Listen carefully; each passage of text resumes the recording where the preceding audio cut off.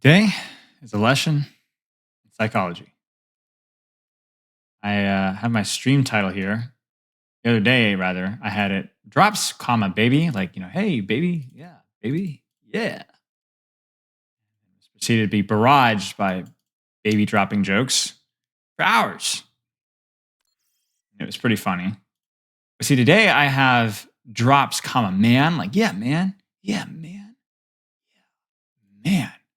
Question is, what's going to happen? I really don't know. We're going to ignore it because drops man isn't as funny, at least on the surface. Who knows? So we'll wait and see patiently.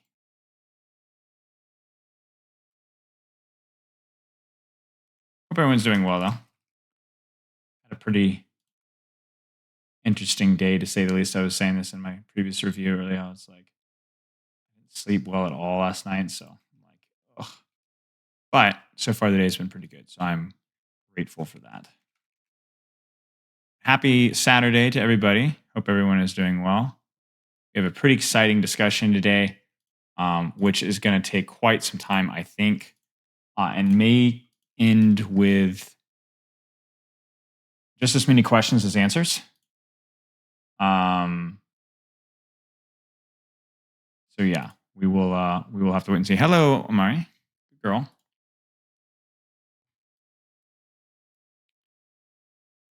Hold up in my end here, Doug. Hello, Varashi.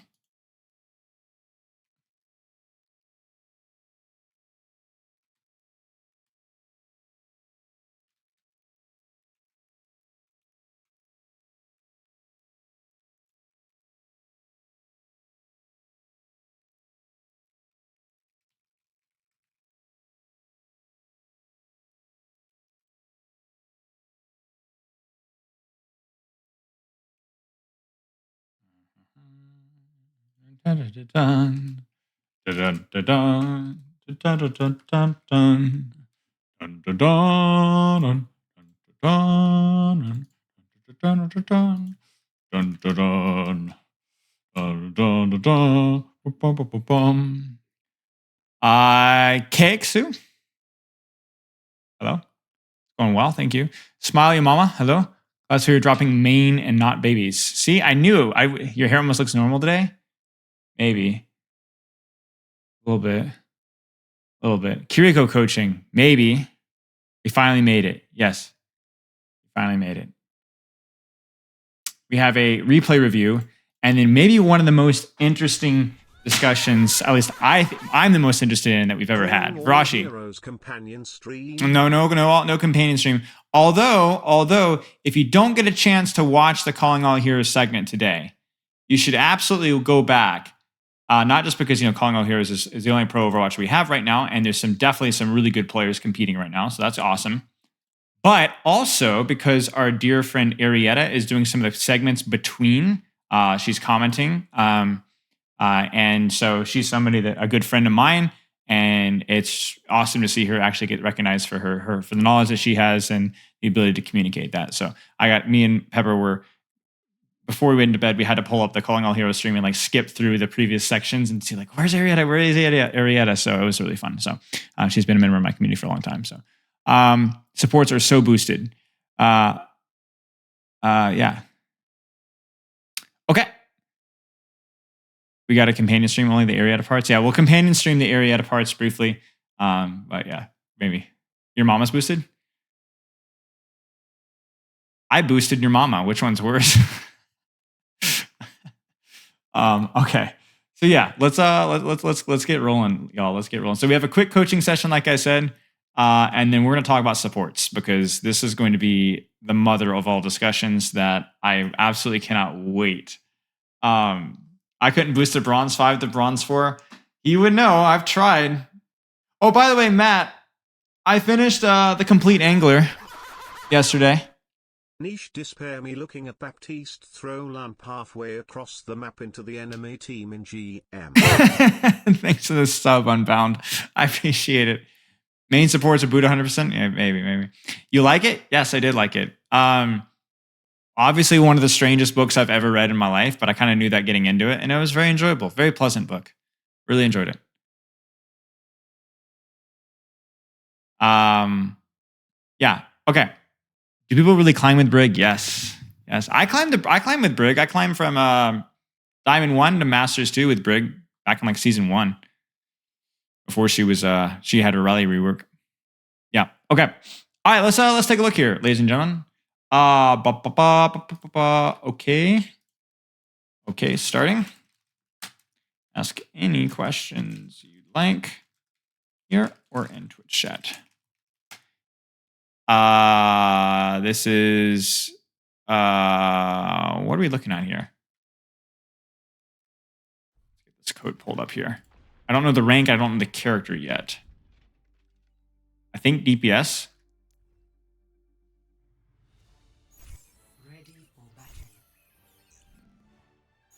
Is this actually BAME? Maybe. Rank 4 Plat Sombra. Okay, the rank's correct. We have Sombra. Okay, let's look through the form really fast here. What do you hope to get out of the session? Learn about what habits to break out of and timing, prioritizing targets. Some key takeaways of what to think about what to try and climbing. Plat 4. I play Overwatch around 4 hours per day, but around 12 hours per week. Okay, so not spread out a lot. That would be one thing to work at, is trying to spread out your hours on more days. I don't know what your schedule's like, but if possible, that would be awesome. What are your long-term, short-term goals in Overwatch? Overall, I want to be at a level where there's higher chance of team coordination to have more games like this one, where people, someone understood, dive. That does get a little bit better with higher ranks, but chat, how many of you guys have climbed from low ranks to high ranks in chat? If you have climbed from, like, let's say bronze, silver, or gold to Masters Plus, has the team play coordination improved? And by how much? I did. I went from the equivalent of bronze to Grandmaster, and it definitely improved, but it did not improve as much as I hoped it would have. I would not say 0%. There's a lot less staggering, but it was not near as good as I thought it would be.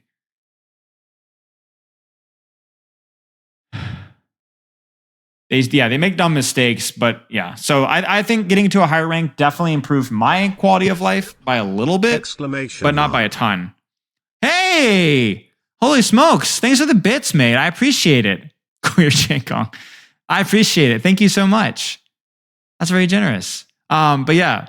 Yeah, I'd say the communication level is about the same, but people have a better understanding of the game and tend to work better a little bit more. Yeah, agreed. But don't like set your expectations in the stars. Let's put it that way. But yeah, that was the bits have been crazy recent, Rashi. But yeah, thank you. Okay. I want to be at a level, I would like to aim for Diamond. You've gotten to Diamond 5 on damage before. I want to get to High Masters and shoot for Grandmaster and support and tank to try and get a new perspective by ranking up in damage. So 12 hours a week is a little tough to get to Grandmaster, especially with you having a little bit of a broader hero pool. So just keep that in mind. No, you're good. You're good. So just be careful of that. I would say maybe if you're looking to grind for Grandmaster, you might need to bump your hours to 14 or 15 hours per week. And certainly probably play in more than 3 days. Maybe I'm reading your form wrong. I see that you're typing, so I'm just going to keep talking, but I will be checking our Discord DMs. And then obviously, I know you only play Mei for ball comps, but Genji, Sombra, Soldier is still a lot of characters. Maybe that could be something that you can narrow down to 2. There's a lot of communication, but I don't think the coordination should. Okay, fair enough. Makes sense. Okay, let's keep going here. What do you feel is holding you back from improving mechanics outside of aim, jumping, crouching, or bad times, reloading under pressure? So jumping and crouching is something that you should be practicing in deathmatch. The easiest way to break your jumping, crouching habit is to practice it during your warm-up in deathmatch. I think Sombra is really annoying in deathmatch, but you need to be playing her in deathmatch. I would not hack every health back just to be a nice guy. But you need to be playing her in deathmatch, and you need to be. I broke my spam jumping habit in deathmatch. It took me about a month, but every single time I warmed up, I focused on nothing but not jumping, and it worked. Took me a while, but it worked. Quack, probably like 35 minutes. Yeah, break the habit. Timing dives, pressure with team, okay. Bad cover usage, peaking. Wouldn't say this is the worst thing, but playing selfishly where I have faith in my only impact. Okay, 8 hours of sleep. The other team was stream sniping against BAME, but I don't think it impacted the game too much. Okay, interesting. All right, let's take a look here. Is crouch spamming not a viable option? Now, crouch spamming is a viable option as long as you have a good reason for it. I would not recommend crouch spamming versus any character that's tracking, for example, because all it does is it slows your movement down and makes you easier to track. And because they are more consistent output of pressure, it's generally better to do more longer strafes with rapid shooting characters and hit your shots. But the movement is a whole different 9 yards. I wouldn't worry too much about all the details. Just breaking the jumping habit is a good one. So, Sombra, we are on attack. Yes, okay. Hack's fine.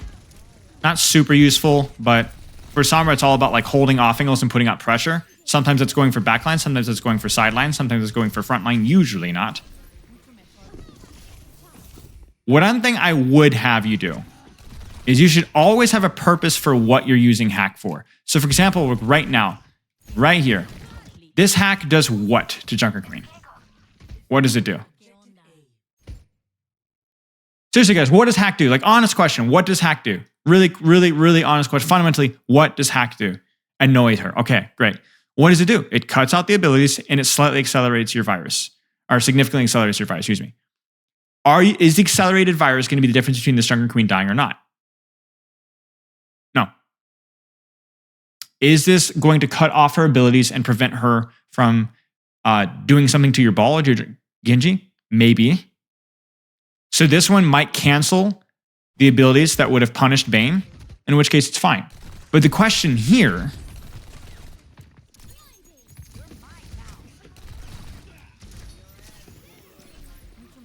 is, even if you'd hacked Tracer there, what would have mattered? Would she not just have blinked out of it? Something to consider. I'm going to ask a lot of questions with this review. Good, good, good, good. That hack virus is good. Why? Because this accelerated virus is really important to get the kill quickly before she recalls or gets help. But I want you setting up an angles. You're down a few here, so you need to be careful. So you're going deep. All right. You need to get out of here. You need to get out of here. You need to get out of here. You need to get out of here. You need to get out of here. You need to get out of here. You need to get out of here. No, no, no, no. So here's what you did. Okay, so first things first. Your team is in spawn. You need to be aware of that one. Okay, so there's not going to be any pressure really from your team whatsoever. Second thing. You are forcing point, but you know they're going to push. Where are you going to escape to? Thank you for the sub, mate. I appreciate it. Where's your escape route? First off, you need to ask yourself, is going back to my team what I want to do, or do I want to live in the back line? I would probably live on the back line or sideline up here. Second off, where am I going to be able to land safely? High ground? Sure. What do you guys think? Maybe up here? Maybe tossing a translocator here? Honestly, that might be risky. Throwing it in here? Throwing it up here? I'm not sure. One of those has to be the play, though, right? Because this is going to get you killed. The most important thing you can do in Sombra, besides landing your viruses, is knowing where I'm going to escape before it happens. Because if you don't have the answer to that question, risky's behind Castration's behind, yeah, but it's still significantly better than what we did. If you do not know where you're escaping with Sombra before you actually engage, you're screwed. You're actually screwed, and you're just dice rolling and hoping that the enemy team doesn't punish you. This part is very embarrassing. Oh boy. Again, what's the point of this hack here, right? Don't just use your hack. Don't just use your hack. Maybe you're thinking, oh, maybe you're thinking the hack is going to expire. That's fair. I'll cut you some slack there. I don't think it was that embarrassing. Unless there's something else bad that's about to happen. Burst damage definitely mattered on that Moira.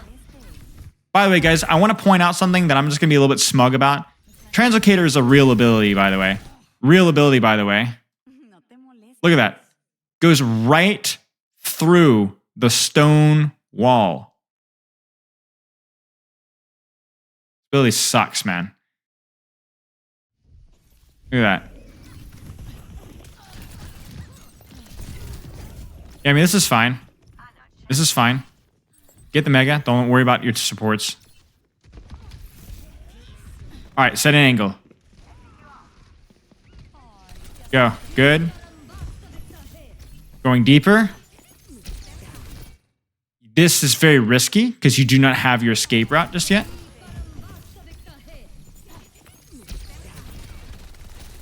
Go to cover here on your left. Go to cover on your left. Probably going to be your safer bet. Yeah, so you have a tendency to want to run back towards your team. But even with the Tracer, I don't think that's always the best play. Let me explain why. First off, when you're already on the back line, when you throw your translocator back to your team, it's often just going to end up in the middle of the enemy. Do you see that? Yeah, that's the real BAME. Whereas here, if you throw your translocator back here, you've created more distance between yourself and the enemy team. This one, you've actually just made yourself closer. Secondly, I think this is a backline, even with the Moira and the Tracer, that's probably something that you're going to want to continue to harass, something that Sombra does very well. So why would you go back to your team, then have to reset up all over again to go for your backline when you could translocate to a safer location, reset, and be right back where you need to be in half the time with half the risk?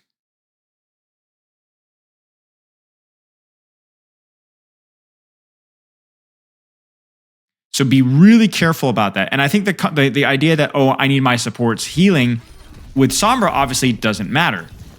Like, you should die here. Like, this is, again, just a total gamble. And you know how this goes. 50% of the time, 50% of the time they find you, 50% of the time they don't. 50% of the time that they don't, you're like, hey, it worked. 50% of the time they do, you die. I want to cut that down. I want to cut that number way down. I want you to win more fights off of it.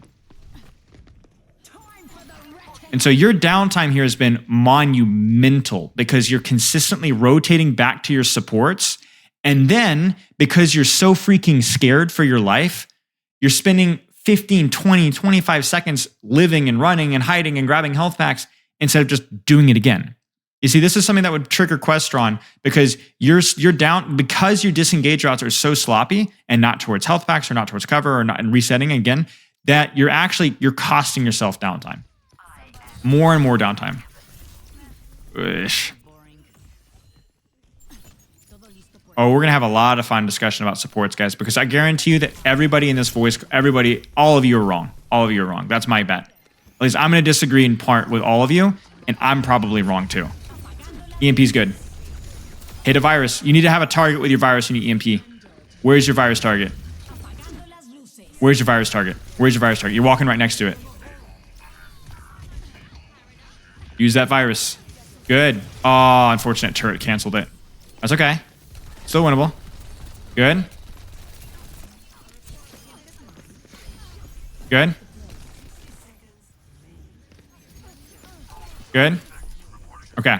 So there's lots of details to pick with Sombra. There's always lots of details to pick with Sombra. I have like almost 30 hours on this character, the post rework, which isn't a ton, but it's a ton for me.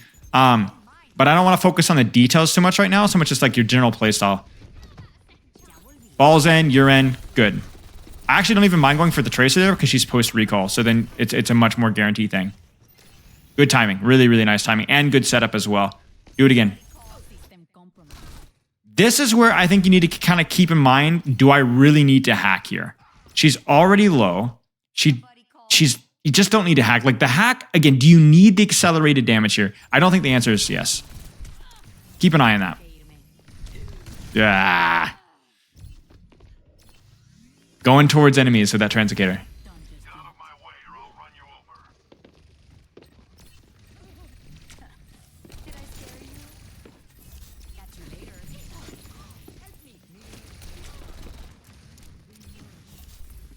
You didn't track sleep dart, so you went for the hack there. But this is can I be honest with you? Can I be honest with you?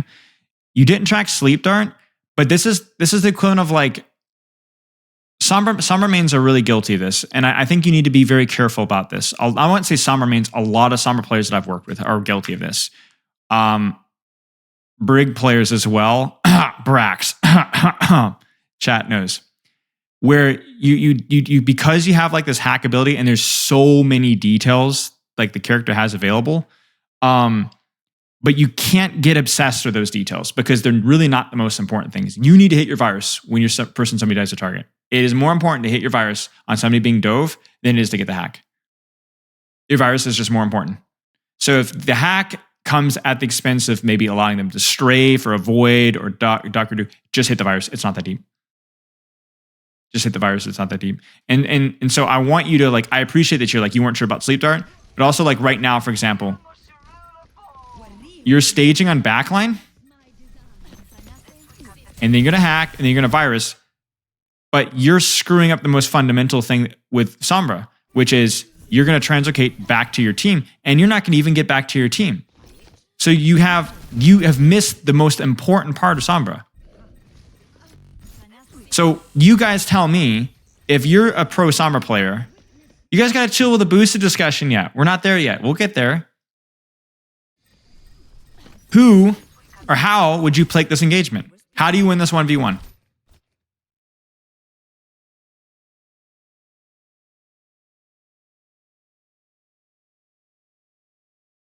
How do you win this 1v1? Hit your shots? Okay, yeah, but the hack has expired. She's about to hit her sleep dart, right? So that's a risk, right? It's a risk. No? Use cover to the right, all right? So you're saying hack here and virus here. Then what? Then what do you do?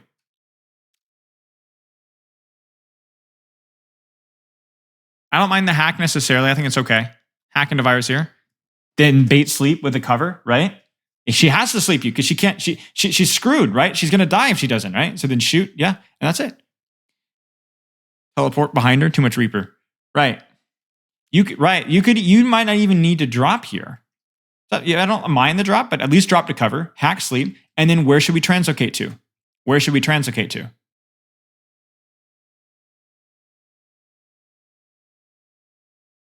Back top, right? Now, here's a really, really detailed question. When we're engaging on an Ana or anybody on the backline, do we necessarily always want to be behind them? Because you see how much harder this crosshair movement is for the flick of the translocator? What if instead we were to the side just slightly with more cover, obviously? You see how much easier this is? Little detail, but it's something that's going to come up every time you go for backline. Cover is the most important thing. Simpler angle for your translocate is another. That's probably why you translocate back to your team, is because you don't have the confidence to constantly flick your crosshair 180 degrees. You got it? Keep that in mind. You need to set up your angle for cover and for ease of escape, especially with translocator. Making the flick for the backline target harder is also a thing, though, yes. But with Sombra, your virus and escape route is more important than any cooldown that they could land on you. And if you have cover, making them flick more is fine. Like, I'm not scared of this Ana as long as I have cover and an easy escape route. I'm not scared at all. You're right that being deeper behind makes them turn more as well, but that's a minor advantage for them, and it's a major advantage for me because my thing, the speed is everything. It's a minor thing, but it's worth pointing out.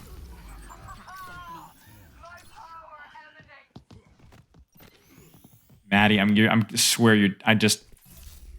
Uh-oh. I didn't see that. You guys didn't see that. The Giga Chad Doomfist swapping into Sombra player. That's definitely Spilo right there, guys. Wait, this is a PLAT game, right? Yeah, definitely Spilo. Good. Break the turrets. Nice, nice. Break the turrets. Go break the tracer. One or the other. This is where we need to stop. Okay, so this is also where your 1v1 practice is a little bit lacking, okay? And it shows. You are not freaking getting this hack off. It's not happening. And also, you don't freaking need to get this hack off because there's no rush with your virus. It's going to kill her anyway because you can't recall it. The virus here will get the kill. Virus and shoot and she's dead. You need to hit the virus here. You do not need to get the hack because the hack is just going to be interrupted. And then you're going to have to panic and hit the virus. Maybe you won't even hit the virus. Yeah, you don't even hit the virus. And then you're screwed. Hi. That's fine. Thank you. So, just throw the virus. If she doesn't have recall, just throw the virus. There's no reason to accelerate. Oh, that's funny. Right? Look at that. Boy, that was hard. Nice job. The kids call them yogurt males now? Yeah, I saw that.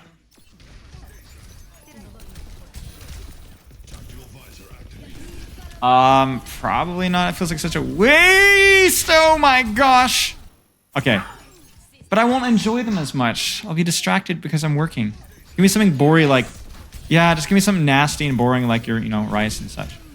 This is fine. This is really risky, but Yeah, I mean, I understand. I understand. Let me actually look at this a little bit more carefully. Let's look at the setup here. So,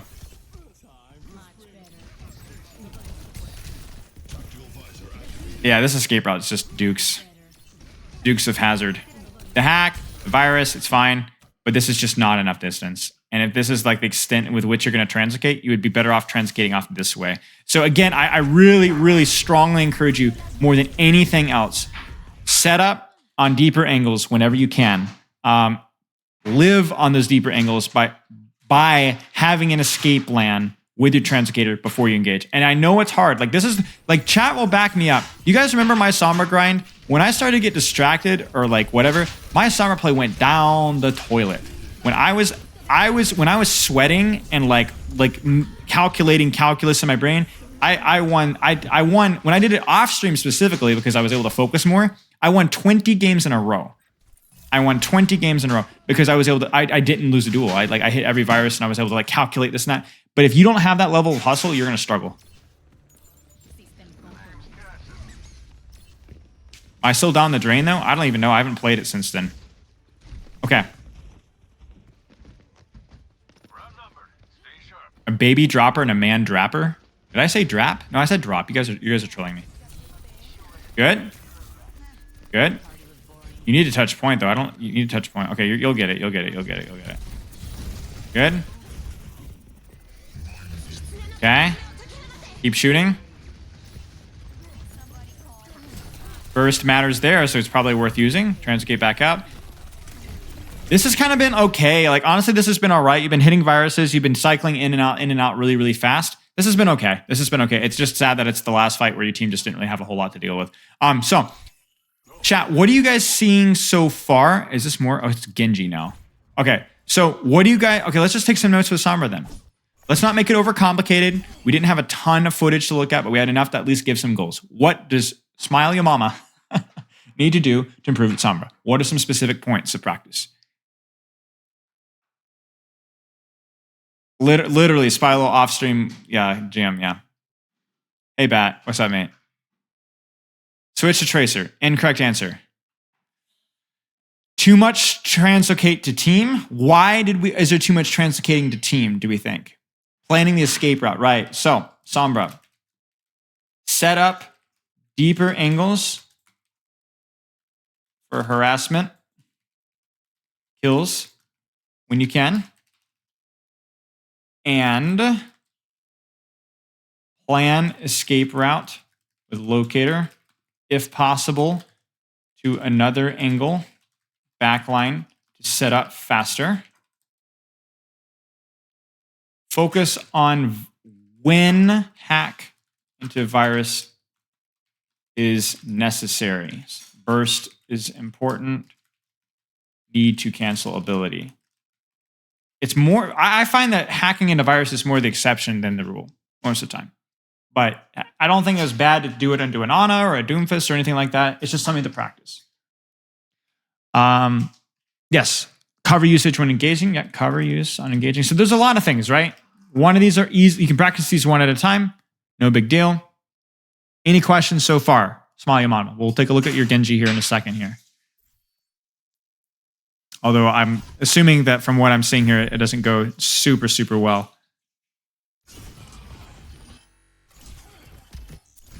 Thank you. There's no rush. Thank you.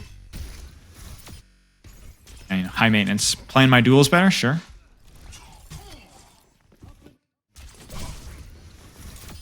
Nice.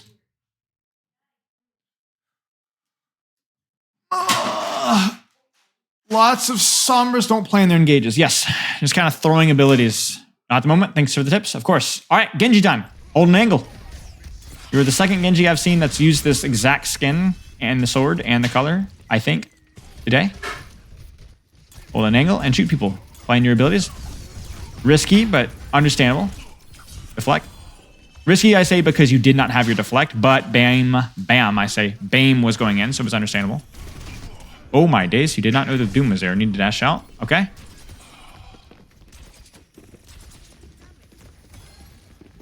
Don't chase the Tracer too much. Just shoot what you can. Yeah, I don't chase the Tracer too much. This is way too much chasing, which means that you're not in a good angle to control their Moira or Kiriko, which I know are not the most optimal characters, but Better than Tracer, for sure.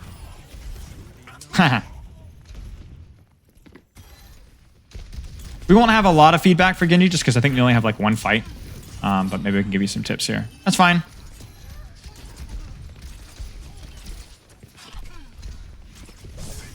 Don't go for Pharah. Not really worth your time unless she's super close, and this one isn't. You guys remember the Diamond Genji review we had the other day? This would be where I would either go in and help my Junkrat or take a different angle and look for some harassment and backline this way. Too far away, and you also had to use a cooldown to get there, which means that you might actually die here. Oh, no, you're good.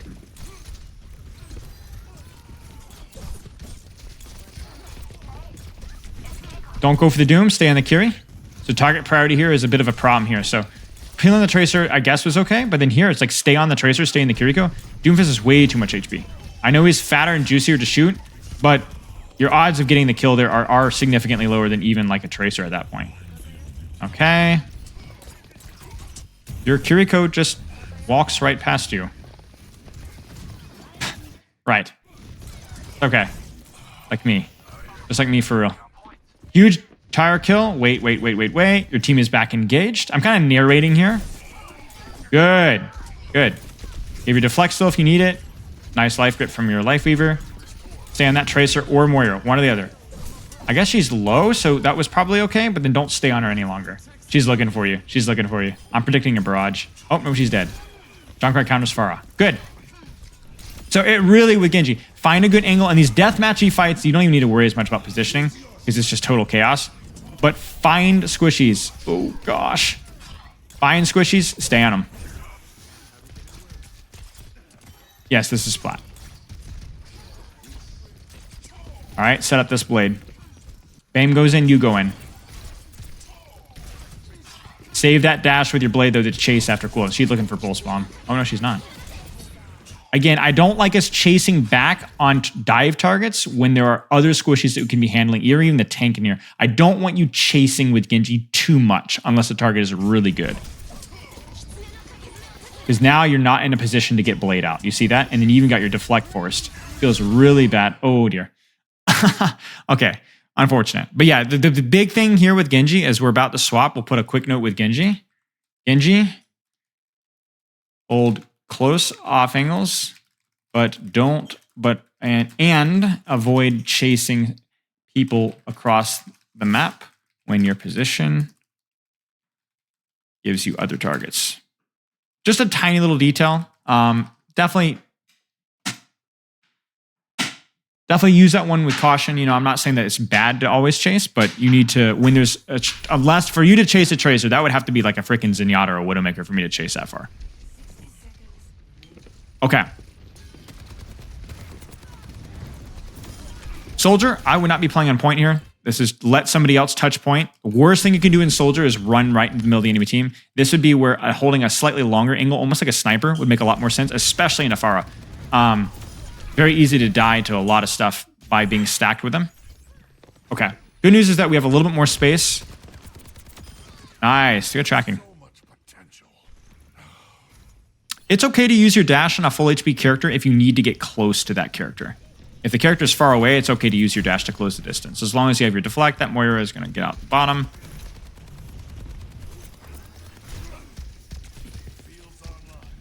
Should be okay.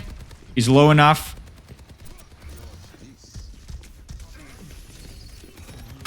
Look at that. Wait.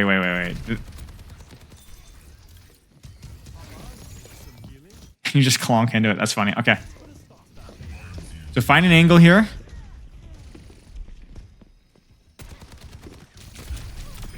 Good. You can even healing station this because you're down some HP and your supports aren't near you. I don't think you needed to rotate here. I think your angle where you were was good enough. But I like that we're holding long sight lines and rotating to different positions. Overall positioning outside of first fight has been okay with Soldier. What do you guys think? Nice. That Tracer is going to have nightmares about you. Too close.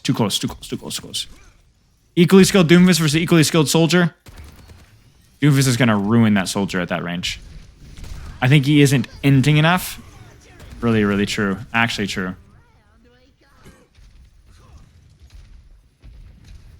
Okay. Prime Metro. All right.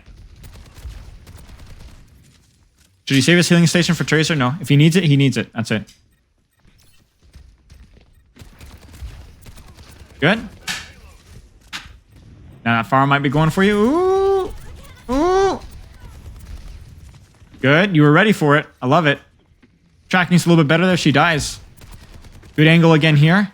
And be careful, because that Pharah's going to come back, I think. Pharah or Doomfist. Whoa! Good, good, good, good, good. It honestly wasn't too bad. It was honestly not too bad. I think at that point, I would not have run away, because you can't run away. You just have to take the duel at that point. You're not fast enough. Hanzo will catch you. I disagree. I don't think he should drop. His angle was fine. He just gets surprised. I think the soldier was mostly okay. Soldier was 76. Mostly fine. Keep rotating to maintain distance on targets that have close range damage. Doom, Pharah, find a sight line, pressure, rotate, rinse and repeat. If the enemy team ignores you, can just plant your feet and shoot. Again, there's not enough footage to really know for me to like really draw any major conclusions, but those are some basic fundamentals to kind of keep an eye on here.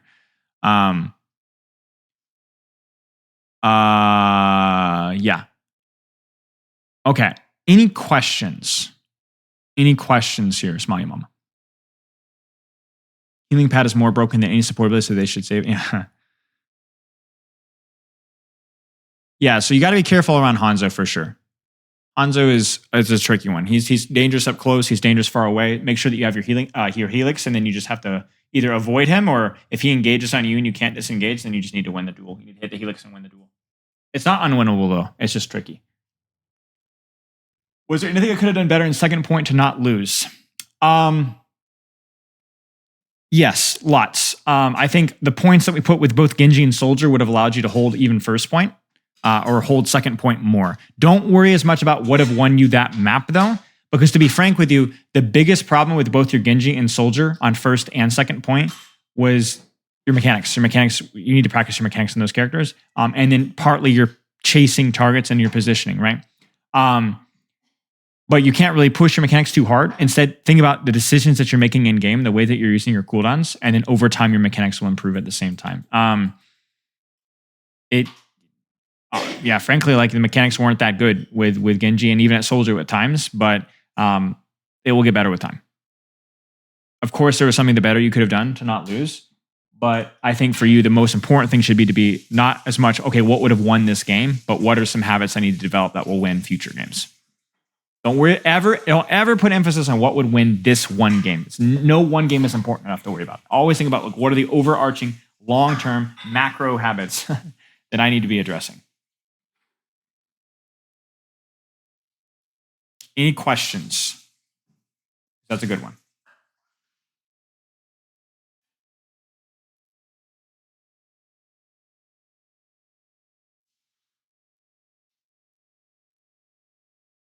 Aim look better than Genji? Yes. Yeah, I agree. Let you know I really like your content. Thank you, Razor. I appreciate it, Razor. Thank you. Okay, you're very welcome. Hey, let me know if you have any questions, mate. I will. I'll message you, or if you message me. If you have any questions, I will message you with a link to the review if you would like to go back and watch it again by Monday. Should be around Monday.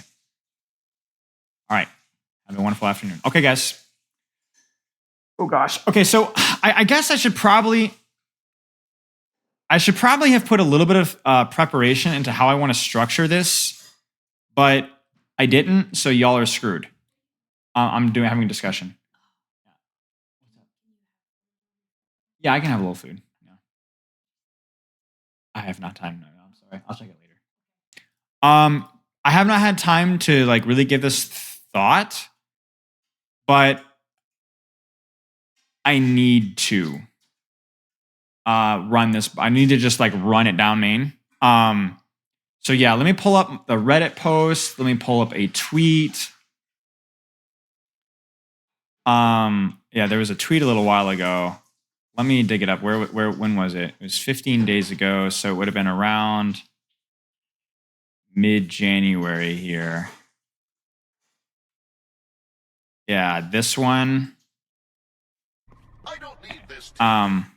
Hi, I love your guides and I find them very helpful and they've helped get from plat to low Cheers. masters. However, I have issues with taking angles and they either get peeled or I die instantly. Are they too aggressive? Or am I missing something? Depends on the character that you're playing with. It could be that you're taking angles that don't complement your character's range. Could be that you're taking angles that are not at a good timing, so the enemy team focuses you down because you're fighting by yourself. It could be your cover usage or the way that you're using your cooldowns. Angles alone, nothing in a vacuum is good. Nothing in a vacuum is good. It has to be how you apply it. The reason I emphasize angles is it's because one of those ingredients that often gets neglected. But it's like saying, nobody uses pepper enough in their pizza and then just putting nothing but pepper in your pizza. You have to look at, what's the sauce, what's the cheese, and so on and so on. What I would do is I would try to go to Spilo 2, look at a video VOD review, and I'd also look at your own replays as well and look to see why do I think this angle didn't work and try to come up with a solution. Yeah. I appreciate the bits, but it's a tricky one. It's a tricky one. I'm going to pull up some videos here to get us rolling. Yeah, so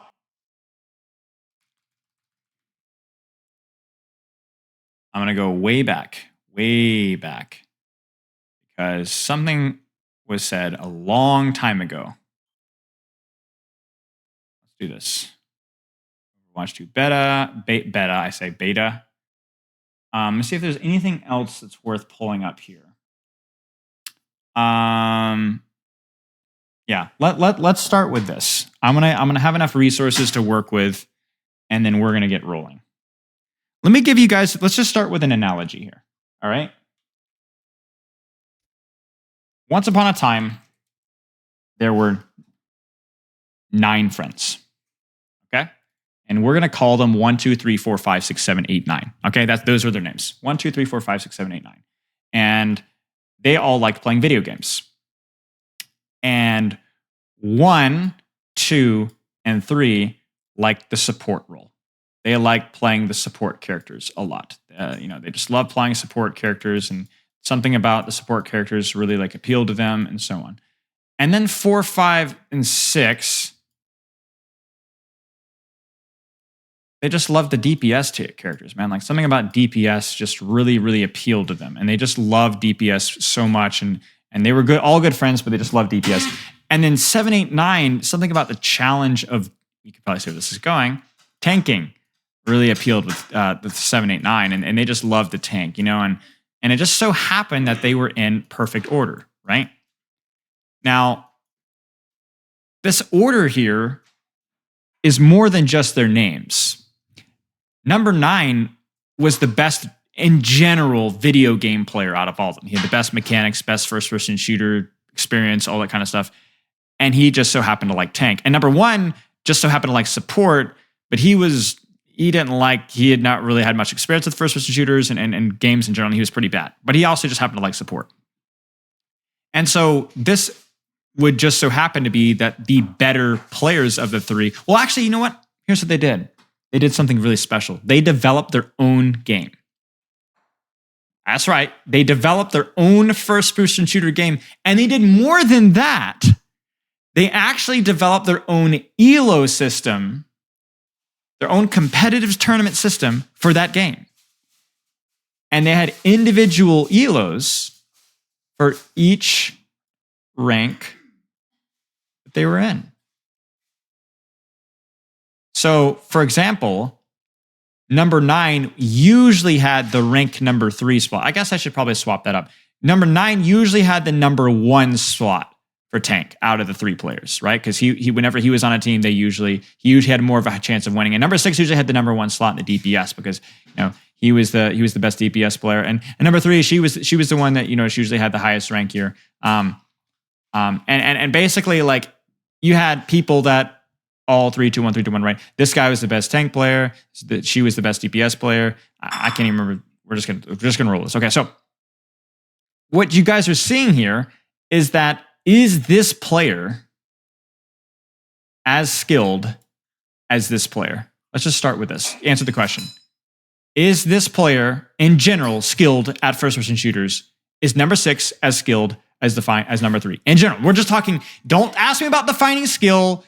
Please use your sense here. I'm saying these guys are this number 6 generally has more first-person shooter experience and so on. Yes, 6 is more skilled. Yes, 6 is more skilled. If you guys say otherwise, you're coping. We already clarified ahead of time that this number 6 has more first-person shooter experience, more mechanics, more game sense, more experience competing in general. They're better player. If you flip-flop the role, they would also be the number 1 support player, probably. In our little example here, the DPS player is better. And then also in our little example here, the tank player is the best player of all. So much so that you could probably drop the tank player with no practice into the support role, and he would probably not only be the best support, but he might also be the best DPS player too.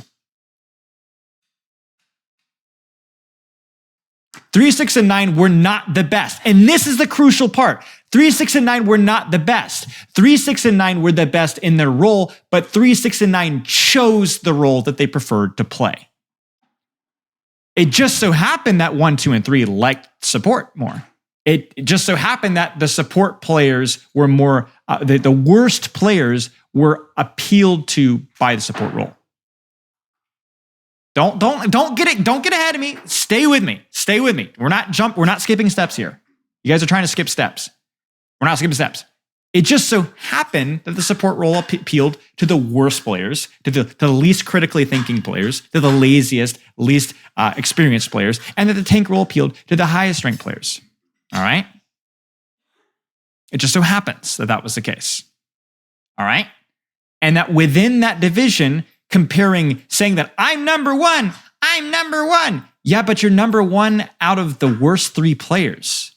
And so even though these guys played on the same playing field and had the same rank, they were by no means, from whatever objective measure you want to do, whether it's reaction time or speed or critical thinking or competitiveness or mechanics, they were not even anywhere close to the same level of skill. Okay? You got me? Now, the problem that arises from this analogy is we have absolutely no guaranteed way of knowing if this is actually how the real game works. We do know that this is how the matchmaker works. If you are good in support, you will rank up. That's just how it is. It's not like some magical thing where like, oh, I pick support and I automatically win. Well, only if you're already good at games.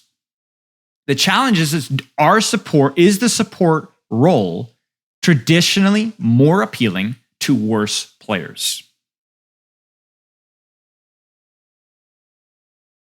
That's the question we're asking. And this is the trap. Why is it appealing to worse players? Go ahead, tell me why is it appealing to worse players? Use your words carefully here. You're either going to get canceled or you're going to look like yourself like a chump. Sustain. Guaranteed value. Now let me stop you right there. Guarantee value. If it's guaranteed value, why is that uniquely appealing to lower ranks?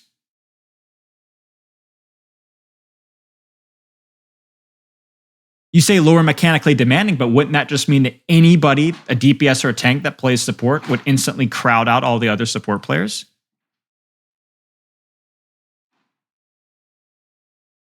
You see how this is a tricky question? Less effort and high value does not answer the question, though. Because if it's less effort for high value, then why is that appealing to lower rank players? Because then do you think lower rank, because you guys are thinking, oh, well, so all the support players are boosted, right? What about the good support players? What about all the DPS and tank players? Are 6s and 9s that then go play support?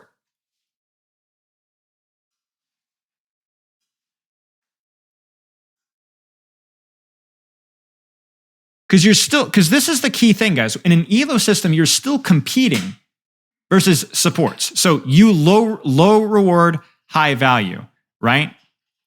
That might explain why support is being appealed to, or is appealing to worse players. But it doesn't explain why necessarily support is easier to climb, because you're competing versus players that have the same opportunity to abuse those things. Now, this is the crux of my argument. I want you guys to be very careful. Support is only easier to climb if, number one, the average support player is worse than the average DPS and tank player. And number two, the person playing or picking up support is on average better than the average support player. One or the other has to be true. So you either have to be on average, I picked up support and it was easier. That either means that you were acclimated to the support mindset and you didn't even know it. But the more likely answer is that you are just a better player than the average support player.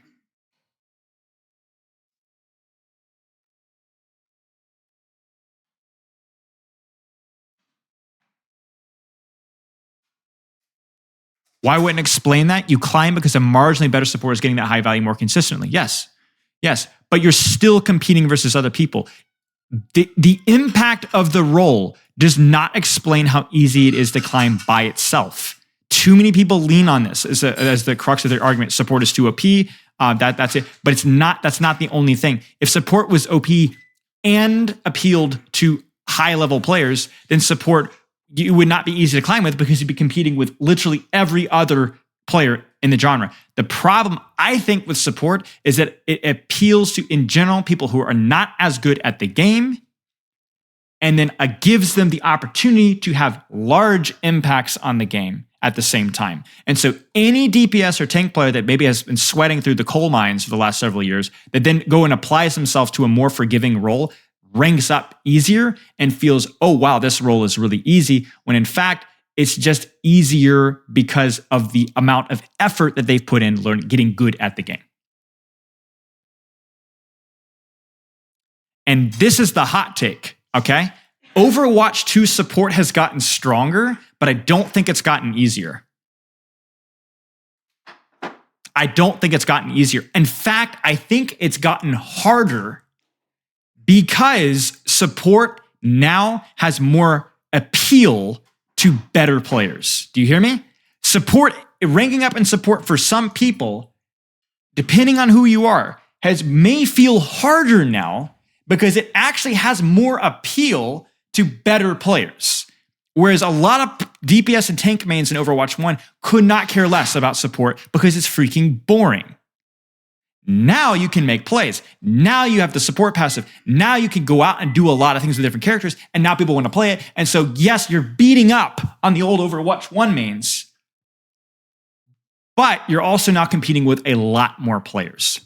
It's not an accident that a lot of your favorite streamers, high-ranked players, do play support a little bit more than they used to. Overwatch 1 support was honestly pretty boring. There's a lot less playmaking potential because of the lack of support passive and with the addition of the second tank.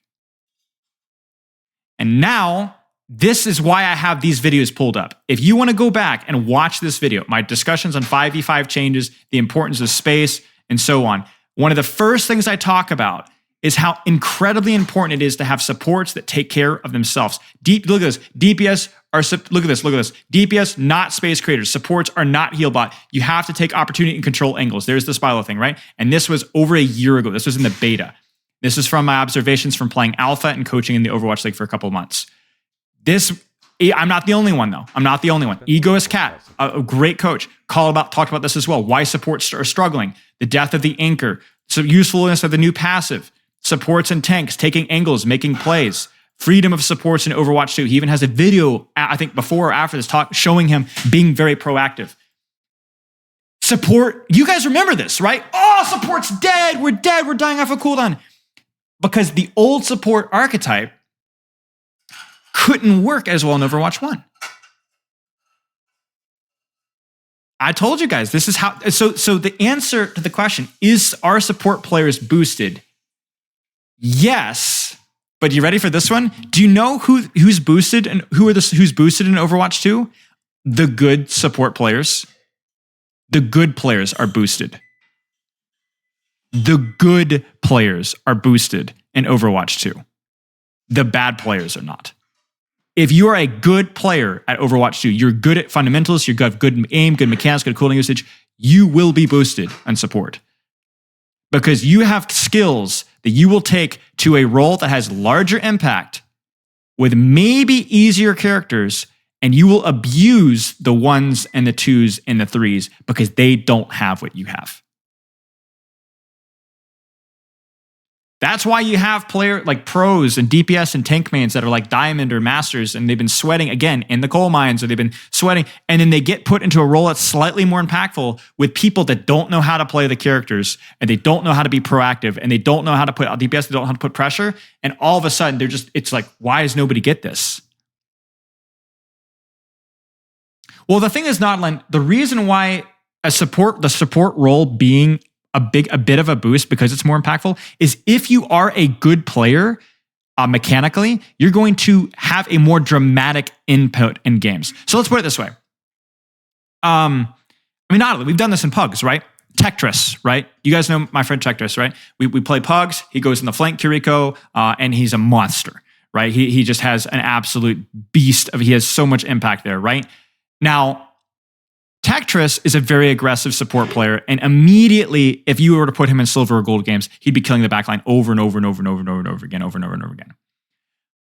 But the reason he's able to do that is not because support is broken, it's because he's good at the game and playing a hero that allows him to amplify that quickly. The problem is that support still has the very same shortcoming where if you're bad, that multiplier works against you.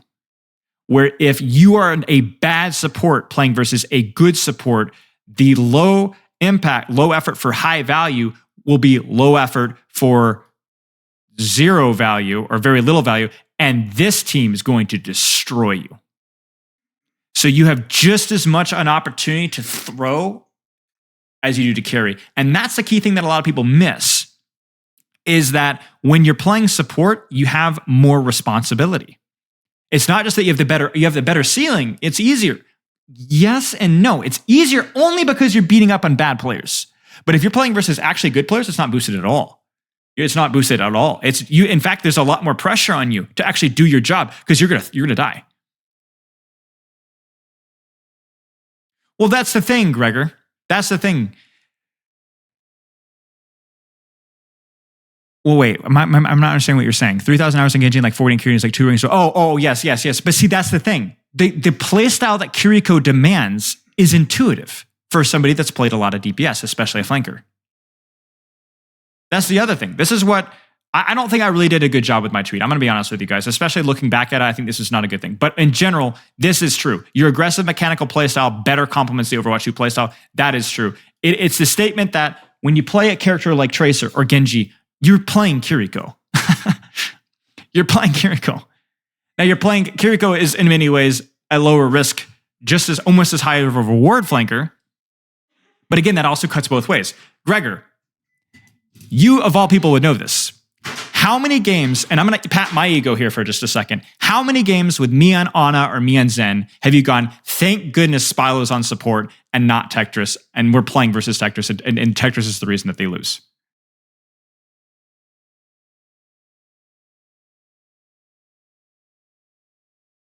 You know, it's a double-edged sword. Either he pops off or he throws the game. And that's the challenge with Sombra. Spylo, it sounds like everything you say is the definition of player being boosted. They're in the same rank. The support players are worse at the game than the tank and DPS. A person think that means they're boosted. Yes, they're boosted, but boosted is but only a percentage of the population is boosted, right? Only a percentage that came into that role with the skills demanded. And if you come into that role without the skills demanded, so this is why I'm talking about this. I'm not necessarily disagreeing that support needs a tweaking, right? But I do think, I don't think any one role should have that much responsibility. But I do think that the statement that you just play support, you'll win easier, is not necessarily true. You need to have that transferable skill to begin with. And in many ways, starting off playing support, unless you've got somebody like me or Awkward giving you a kick in the pants, you might actually be worse at support in the long run because it doesn't necessarily It's not as obvious that that's what you need to be doing.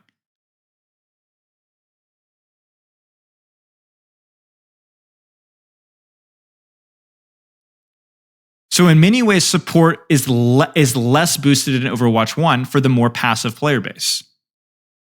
Like you can heal bot in Overwatch 1 and not die, and it would be easier. I have worked with a lot of support players that have struggled in Overwatch 2. Because while everyone else is boosted, they don't have the skill set demanded to boost themselves. And so is it really boosting anymore? Is it really boosting when it's actually taking a skill? It's not.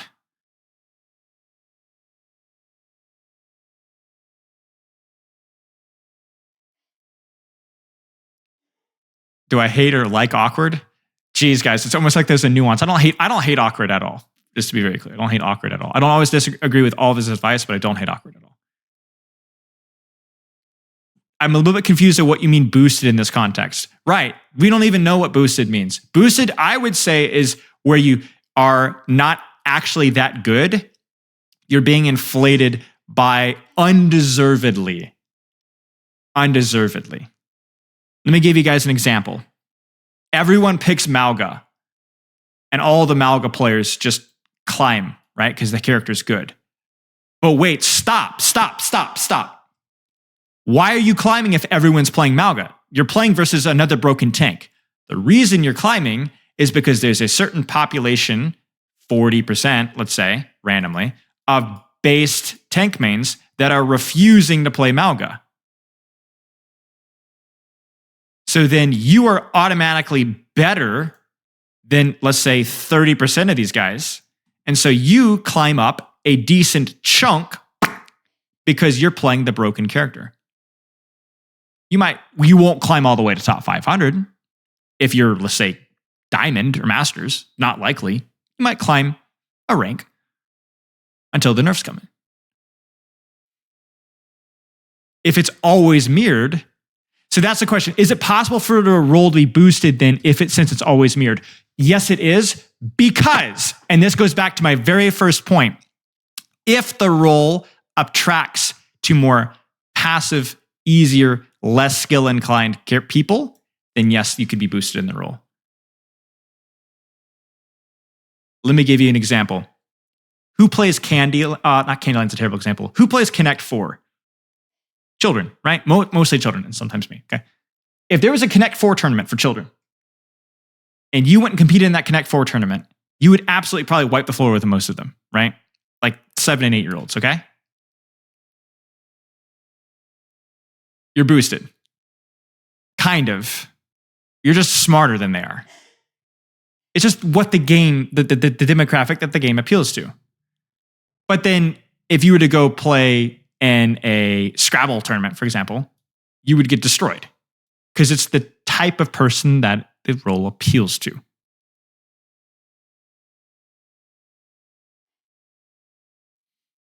All right?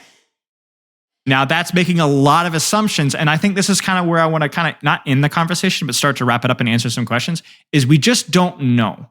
A lot of this is just conjecture, right? You can look at characters like Moira and Mercy and be like, geez, there's a certain population of people that just play these characters and they just turn their brains off, and it's really easy to pick a character like Ana or Bap or Kiriko and outvalue them with almost minimal experience. You might be right.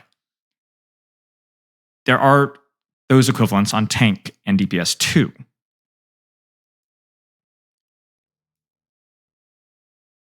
When people say that support is boosted and then say that, oh, it's because all these support characters are strong, they are, and let me repeat, idiots. You hear me? That they're changing the definition of the word mid-argument. Saying somebody is boosted because the support role has powerful characters makes no sense, because every support on every team has access to those same characters. Saying, oh, you are boosted because you play BAP while your brainlet PLAT teammates have been playing Moira Mercy, so you climbed a diamond even though you have no idea how the game works, that is correct. You guys understand?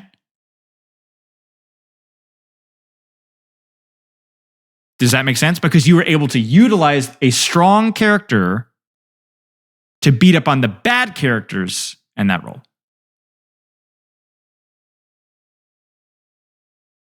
Arietta. By the way, guys, this is the famous Arietta I was talking about earlier. Hello, Arietta. Yeah. What if I play Zen only and climb? Well, that's the question. Is Zen disproportionately powerful, more powerful than other supports? Seriously, chat, what is your opinion? Is Zen disproportionately more powerful than other supports? Maybe? No? Don't think so. I don't think so. So no, you're not boosted. Now, you might be boosted a little bit because there's a certain percentage of DPS and tank players that if they played Zen might be better than you because they're not playing Moira or Mercy or whatever, Lifeweaver or whatever. But I think that's percentage is small enough to consider yourself not boosted.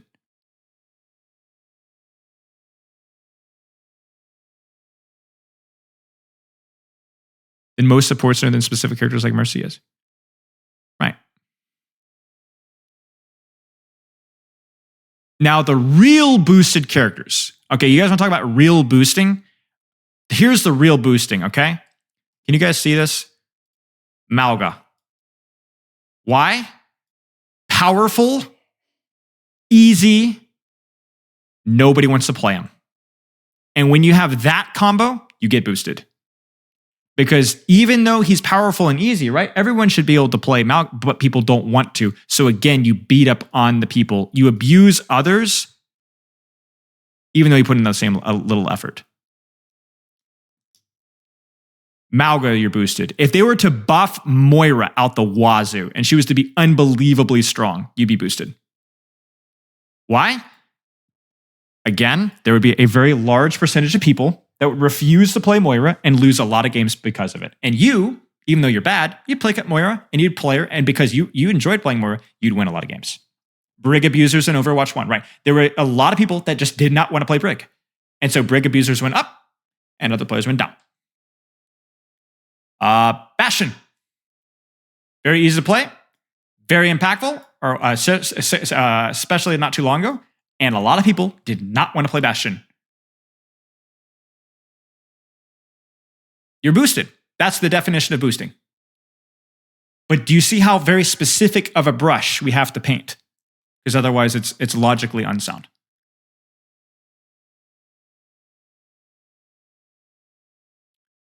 What about characters like Ball that require a level of knowledge from the enemy and how to play against Ball? But see, the thing with Ball is a very mechanically difficult character to play. So if you achieve a high level on Ball, I mean, look at a guy. Look at Chasm. You guys know Chasm, right? Right? Probably the best Ball in the game right now, or certainly one of the top two. Maybe not including there's a Korean one trick. I forget his name.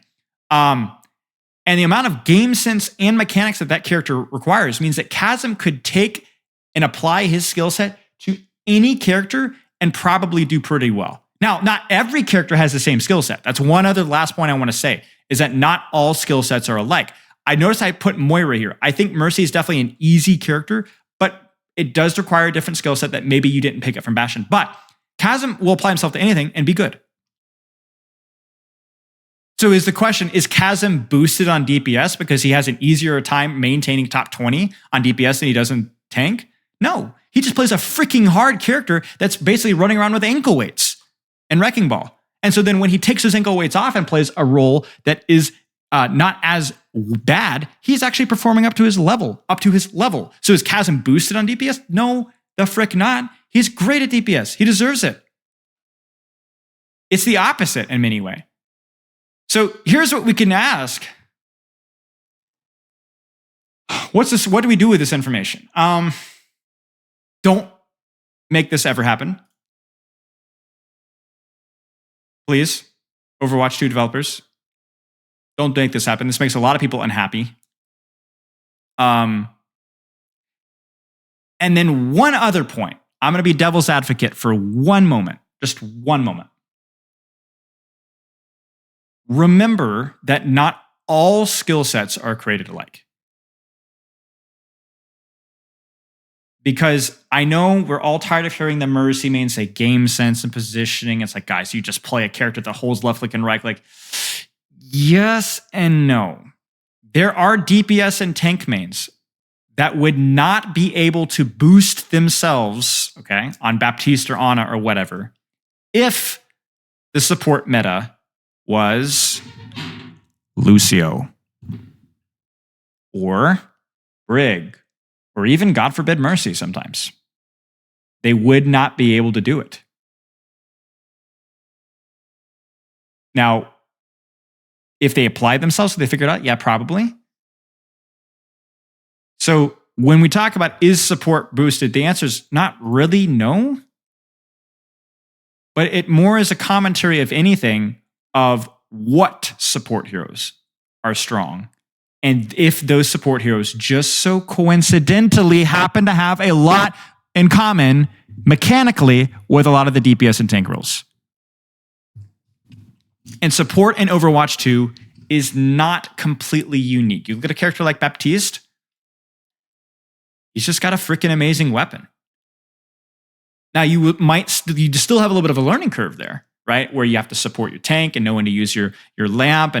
But also in Overwatch 2, a lot of these CDs are not particularly hard to use, right? You look at a character like Suzu or a character like Kiriko right now, and a lot of the complaint at higher ranks with Kiriko is that you don't have to usually save your Suzu. That's the problem, right? And that you just can use it for your own 1v1s. And the same thing applies with Baptiste cooldowns. And in many ways, the same thing applies with Ana cooldowns as well. And that's where I'm going to go into Samito argument. I'm not going to do that. The last thing I'll say one more thing. One more thing with support is that the reason why support players often have bloated kits is because they have multiple responsibilities. Both through heal/support. And when I say support, I don't mean I just mean generally doing things to enable your team directly and the damage or pressure. All right. And so when you look at a Baptiste, why does a Baptiste have a bloated kit? Well, that's a bloated question, right? But it certainly part of the equation is because he has to do both things. He has to do both things. So if a Baptiste could only heal and not really do damage, then Baptiste would have no way of keeping himself alive at all. And so the problem is when supports do not have to heal and support and only have to damage pressure, like a Kiriko, for example, or a Baptiste in certain situations, then you start to go, oh, wow, these characters are broken 1v1. But the reason why that is a mixed bag is because you usually don't always run into them 1v1. They usually are like one eye on you, one eye on the other DPS to help them, or one eye on you and one eye on the tank. And that's where, I wouldn't say a support necessarily needs a bloated kit, but it's at least more understandable because the DPS doesn't have the same level of responsibility the support does. Now, that being said, I do think we've gone to the opposite end of the spectrum. And that's a whole discussion we'll save for another day. We probably already had. But yeah. I think it's just very annoying to be directly confronted with a character that you don't have an advantage in a 1v1, and yet that character's role is support. The funny thing is about this is that the people that complain about this a lot, like Metro and J3, they've been around the block for a while.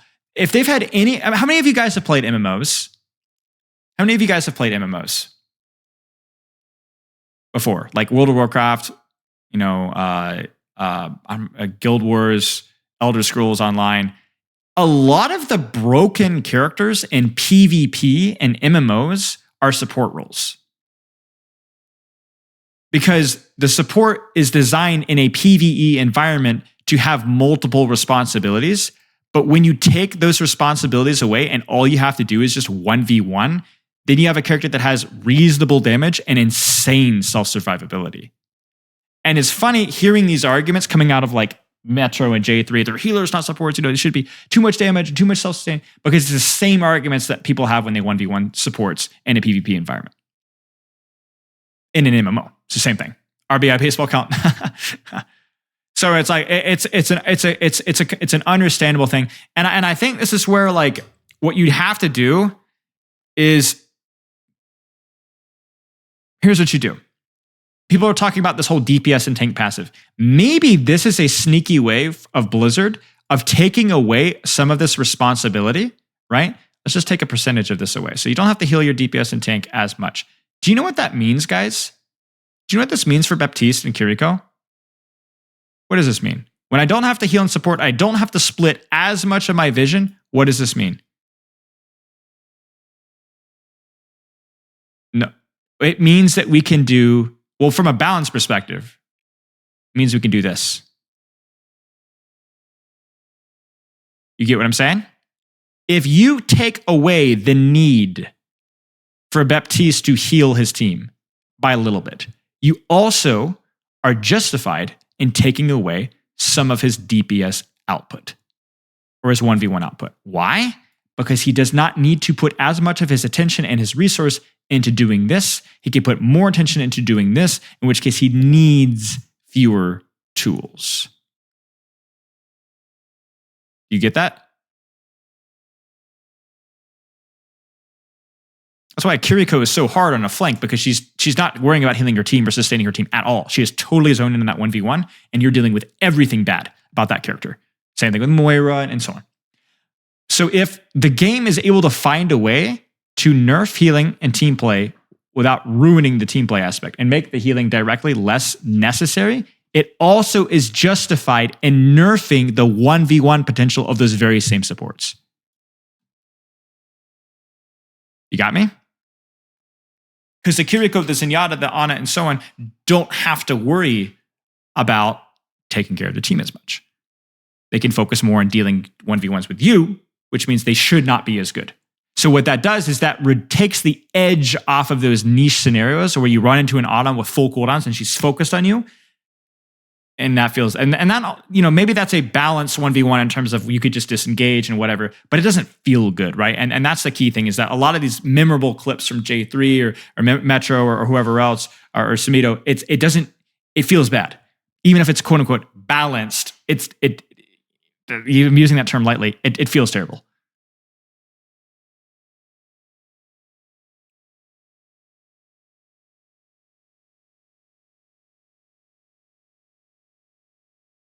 So, questions, statements, does this all make sense? I know we kind of got a little bit off topic towards the end, but I think it kind of all ties in a little bit.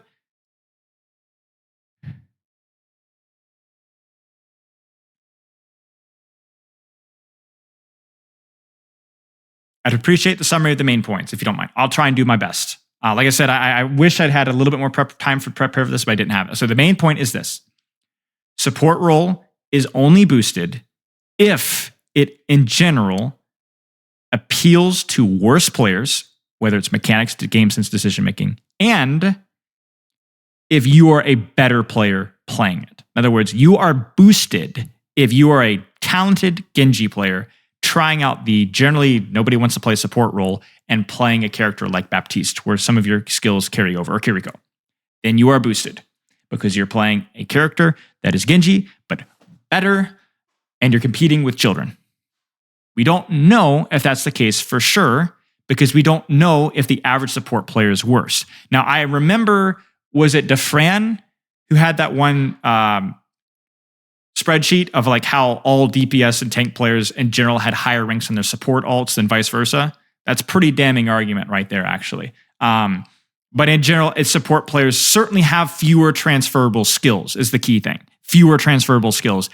And if you have transferable skills as a DPS or tank player to the meta support or to the strong support, like a Baptiste, Ana, Kiriko, you will climb. You will climb. The challenge is that support being a powerful role overall does not make it easier to climb unless the meta support, right, is something that other supports will not play. So you get an automatic boost by picking that meta support that you're already good at. We made that analogy with Malga earlier, how Malga mains were boosted, not because they picked Malga, but because some people didn't pick Malga. That's why Malga mains were boosted. Because if everybody is super, nobody is. But not everybody is super, right? And not everybody wants to be a superhero. And that's how you can boost yourself. The key thing is that also the final point I'll say, which is a summation, is again, not all support heroes are created alike. And again, if a DPS and tank main were to try to boost themselves by playing the impactful support role in a Lucio meta, not enough transferable skills for many of them, and they'd probably struggle. Maybe, but Lucio is still pretty proactive. Mercy for sure. They tank. Nobody would want to play Mercy. I mean, I remember I actually really struggled during a Mercy meta back in the day. Back in like, I don't even know if it was season 7 or 8 when I was like low gold. I did not want to play Mercy. I wanted to play Zenyatta. And I probably was 150, 200 SR lower than I quote unquote deserved because I refused to play Mercy. I lost a lot of games because I didn't play Mercy. Mercy players are boosted. Am I GM now? I haven't been GM in a long time. I haven't played seriously since 2018.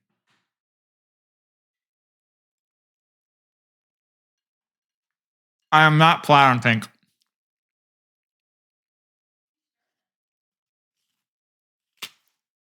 I'm only currently platinum on Doomfist, which is actually a great analogy for a point here today. Because I've had to put disproportionate amount of effort climbing on Doomfist than I would have had to for Roadhog. And there's significantly fewer transferable skills from other characters that I've played well to Doomfist. Doomfist feels like a whole new world for me, really.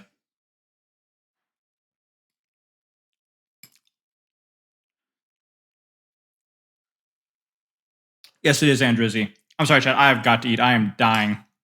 Let's just do a little Q&A while I'm eating. I'll try to not chew in your mouth. I'll move my mic.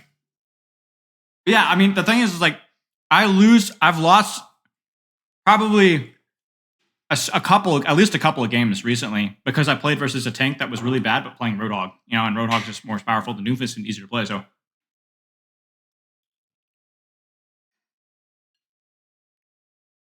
Blue Gunner, excuse me? Possibly. You got to make those hours efficient, though. But yeah, possibly.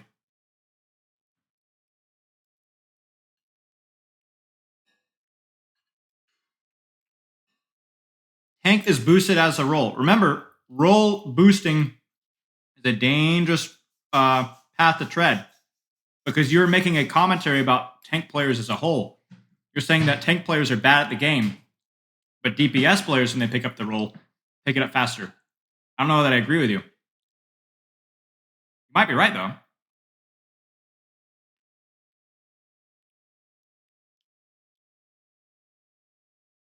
Are Malga players boosted? Yeah, probably. But tank players as a whole? I don't know.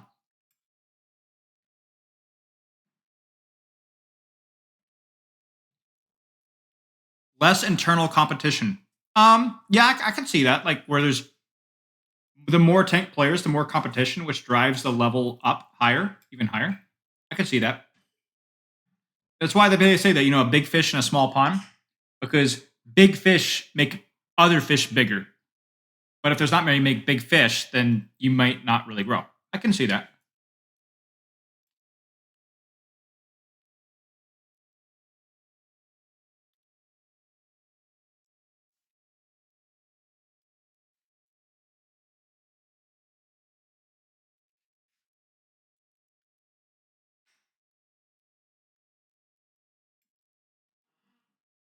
I'm not denying that support is one of the probably the most impactful it's ever been. Certainly the most strong 1v1 it's ever been. But I'd really have problems with the fact that support as a whole being boosted.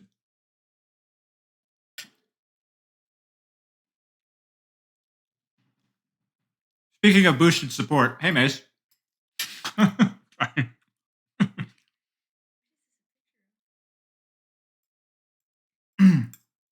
Actually, Maze of the Face is a good analogy. Now, I know you made the funny tweet about like all the OWL players that trash talked you or whatever. Everybody knew about that. But, support's boosted, even Mace of the Face is getting rank 1. But you're still competing with the same players, right? Right? Nothing's changed. You're still competing with the same players. And the other thing, too, is Brigitte a particularly meta or super, super powerful character right now? Like, way broken, more broken than the other supports? No? So I think it's just cool.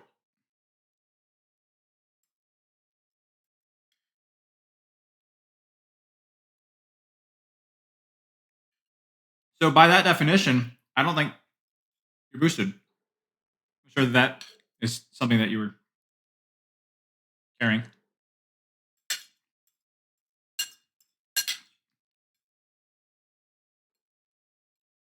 Like, I even see people calling Metro boosted. Now, I get it. Sometimes Metro's positioning makes my eyes water.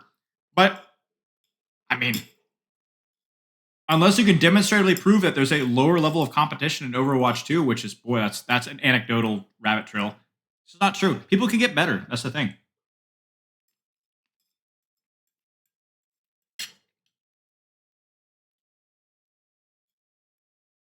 Now, you can not enjoy playing with Metro. I get that.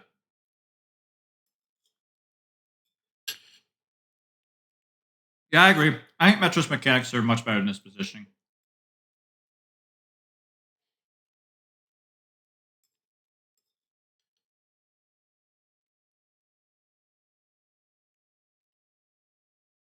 Well, not necessarily Artifice. You can be boosted in an outside role if you have external skills to bring to that role, and there are players with and the average player within that role is not as skilled.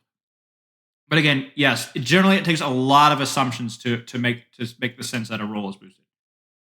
So it's like we basically said, is support boosted? I would say 75%, 70% no, 25, 30% yes, but I don't even think you can really break it down in percentages. It's aspects of the statement are true, aspects of the statement are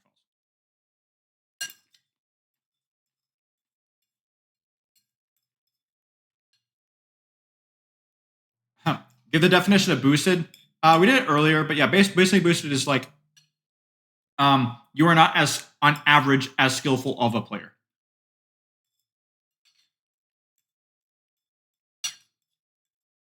And that is vague, but it is something that requires a little bit of outside sense.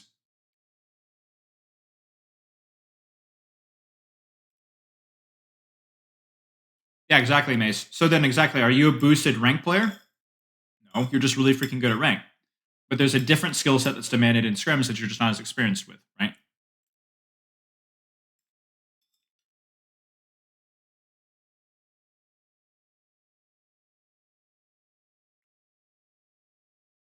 No, it's not, Aerithal. It's a good question.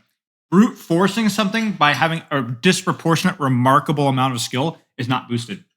Saying Metro is boosted because he has really good mechanics is like the definition of insanity. Hey, Don. When is Spiral life coaching? I think we're done, actually. We might do, we did coaching at the start here, but I think we're done with coaching for today.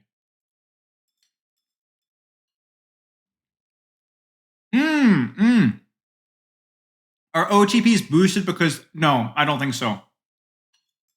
I don't think so. I think boosting happens when, gosh, what's the best way of describing it? When you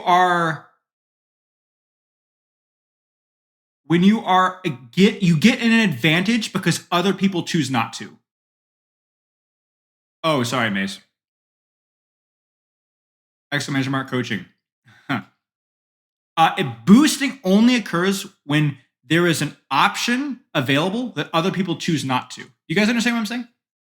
If there's a lot of players that choose to not abuse Malga, and some do, those that do are boosted. If I choose not to play support because I don't like playing the OP role, and a lot of other bad players do, then in general, those players are probably going to be boosted. It's just like real life. The best way to remember is think about it real life. Could you steal money from your company and get away with it? Probably, yeah. Would you deserve that money? Probably not. But you might get away with it. You're boosted. Your finances are boosted because you're doing something that other people don't want to do for a certain reason.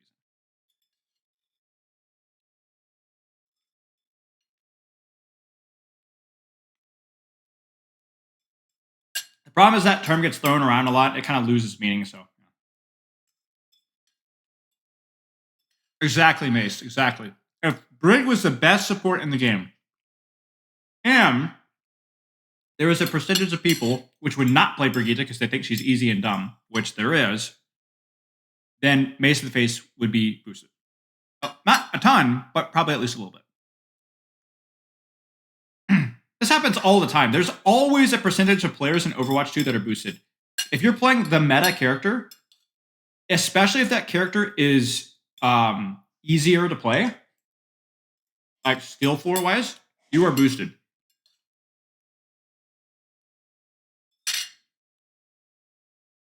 But only if you play those characters.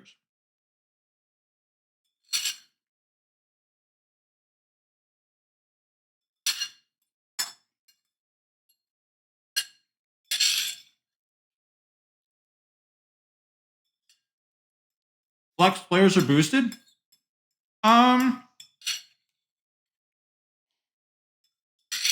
Well, good question. I would say they have developed the skill of picking characters rather than playing characters. In the same way that stealing money from your business would be the equivalent of like you're not a successful businessman, but you're a great thief. But obviously, the difference between being good at swapping characters, playing characters, is more gray, right? There is something to be said for knowing what the best pick is at the right situation. Yeah. Cheers, Mace. Enjoy your stream, mate. Thanks for stopping in.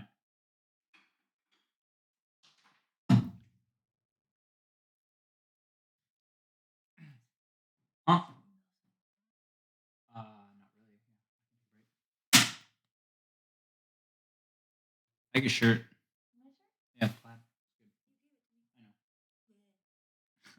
Okay. Yeah, sure. All right. So. You gotta say it loud though. Remember the mic. Okay, hang on. Because it's actually really funny. I want to know what chat would do. I'm gonna turn up the gain of the mic. There you go. I stopped at the. I'm not blushing. I stopped at the grocery store to get chicken nuggets for Spider. Yes. On the way back from training. The cashier was like 17 years old. This like 17-year-old girl. She was eating Pringles. I've never seen this before. I didn't think this was like something you're allowed to do. But that's whatever. She was just kind of like uncanny valley, just like. And then like I handed her money. She was like, "Oh," but that wasn't the weird part. Those are really good. The weird part. Brandon, the cash or the bag guy. Brandon, the bag guy. Brandon. Keep in mind, I bought like 2 items of food. Okay. Gets the stuff. Typically, the bag guy stands there, right? Puts the food in the bag. Yeah.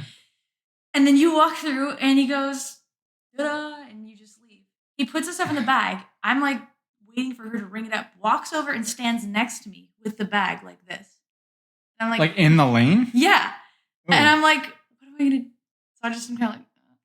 So I like give. Just run him over. So I give uncanny valley girl money, and I'm waiting for like to get change. And I'm just kind of like holding my like drawstring bag, like propping it with my leg up against the side of the cashier thing. And he goes, "You have a drawstring bag." And I was like, "Yeah." And he's like, "Wow." Where'd you get it? And I literally was like, Amazon? And this is, I kid you not, he's wearing like a little apron thing, takes his phone out and goes like this, and takes a picture of it. And at first I was like, he's trying to like steal my money or so, like, or I don't know, like he's trying to take a picture of me in my bag, but he couldn't see my bag. So now I'm like, do I say something? Because I literally was like, I think you get fired for taking a picture of me or my bag. So I was like, yeah, I got it from Amazon. And he's like, I'm gonna have to get me one of those. That's bizarre. It was so weird. And he's just standing there holding It's cutting out a little bit, sadly. Oh, it's fine. Sure. But basically, long story short is, what would you have done if the cashier bagger guy Sucker punch, take the took phone a and run. picture of your bag or you? I just was like, is this actually happening? What's going on? I guess you'd have to read the situation. You have to know, well, like, I whether he's being figured it was creepy or like not. just no point in saying something because it was like I feel like he would just be like, no, I didn't. But I don't know. It was just really bizarre. That is If bizarre. I thought he had taken a picture of something like personal, you know what I mean, then I would have Yeah. been like, oh. But it was Fine. so weird. Yeah. Anyways, Take that's your all. phone out and go full Karen. Yeah, exactly. No self promo. Exactly. That's a good one. Humongous one. Humongous what? Humongous one. Seriously, guys. Man, I miss Pringles. I'm not gonna lie. All I can think about is Pringles. Of that She whole was story. literally like this. She's like, Pringles are really good. Pringles are really good. Oh, am I allowed turmeric now? I think I am, right? Brilliant. Yeah, what is she doing? Look at my cat, guys. Wait, watch this. Watch this. Look what my cat is doing. Those are her paws. Like, I can't even move my camera here. Hang on. She's just stretched out. Like, she's just holding on. She does this sometimes where she like stretches out her like lats or something. Wait, let me see if let's watch her ears twitch. Ready? Amari, what are you doing? No, no, she did twitch. She didn't want to move.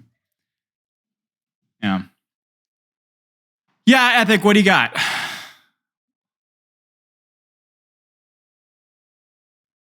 Thank you. Thank you, Talon.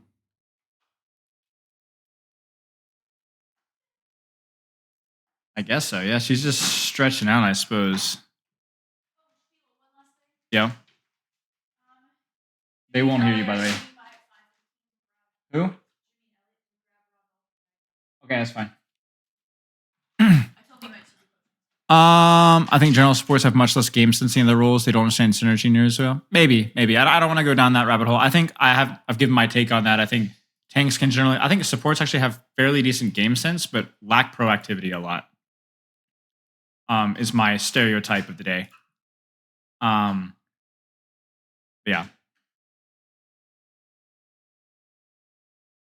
What mic do I have? Blue Snowball, I think.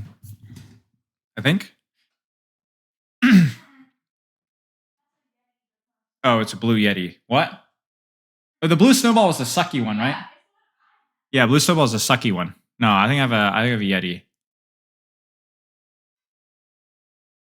Okay.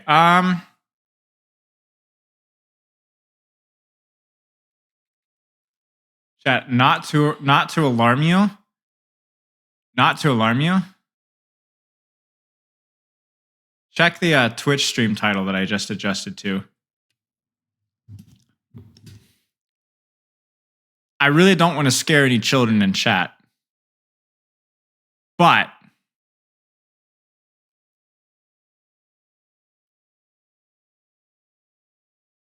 you know,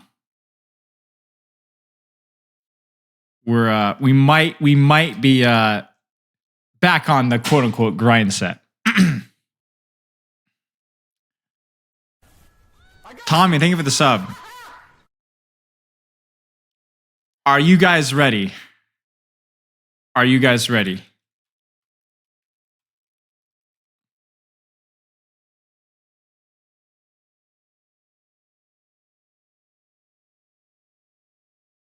Yeah, makes sense, Epic. Makes sense.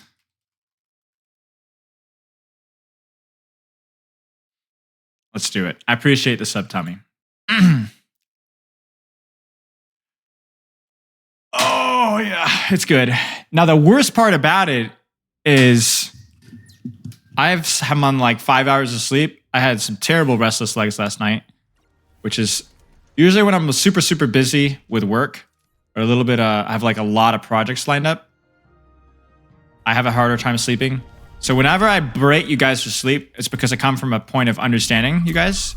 So I'm not sure how many games we'll be able to play before I get tired. Now traveling to Petra. Maybe we'll do some pugs later once I get a little tired, but I do want to get at least a couple of games of Doomfist out. I played 2 games yesterday, only 2. I didn't even warm up. I just went right in, played 2 games, and I quit. And so I'm trying to. This is going to be like, by the way, this is kind of loud. This is going to be a video project, most likely in the future, talking about like minimal amount of effort played, picking up new characters, state of Doomfist, all that kind of stuff. How does somebody get into pugs? Exclamation mark Patreon tier 3+. We take parasocial relationship and we add cherry on top.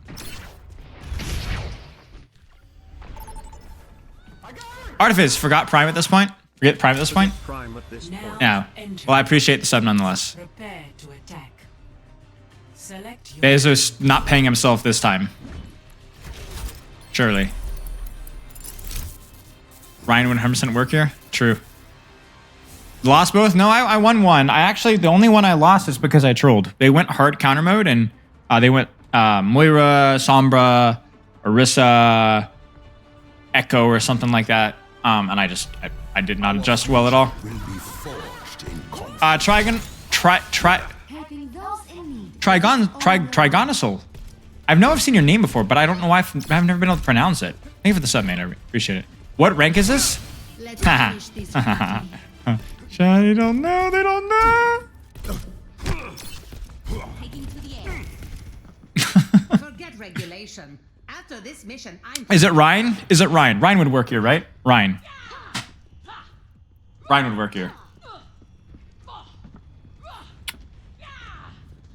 All right. 5, 4, Pharmacy, Moira. I'm not gonna have a lot of healing here. 1. Attack commence.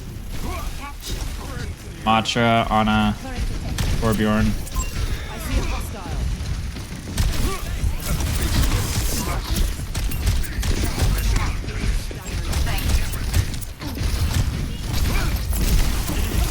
Oh no. Wow, I really did not build a punch off of that? Crap, they got res.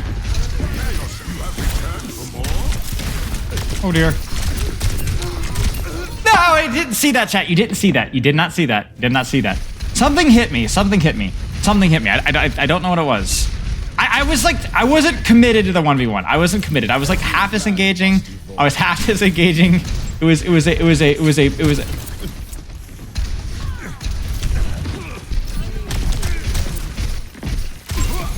Oh dear.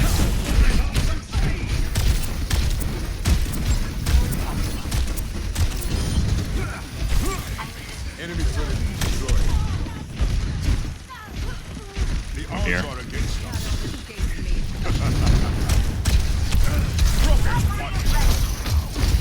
Come on, come on, come on, come on, come on.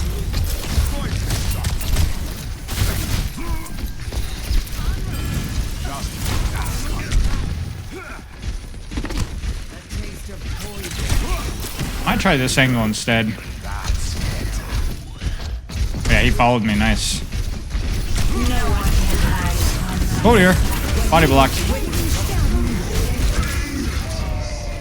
Man. I did not mean to get body blocked by that Ramacha there. What do you guys think? I think the Mercy Wave hit me? Alright, you guys suck.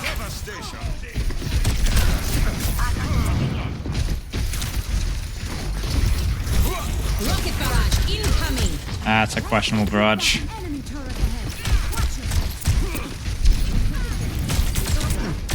Alright.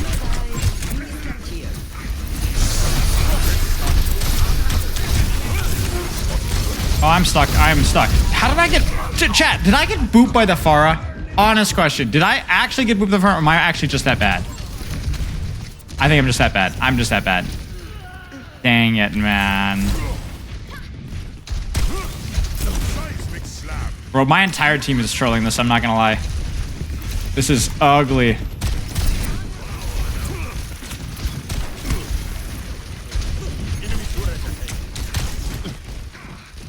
Alright, I'm gonna go for a drop punch and then ult this, I think.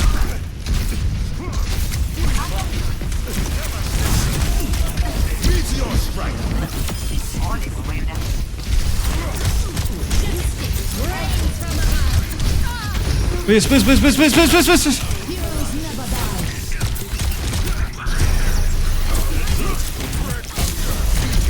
Oh. Ah. Oh dear.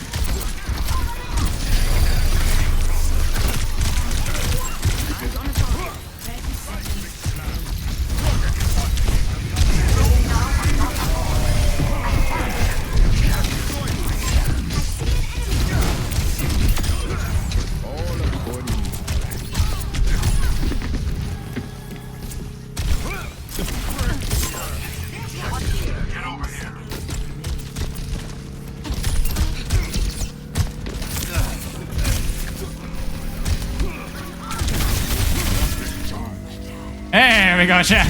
Only took a little bit of sweat, right?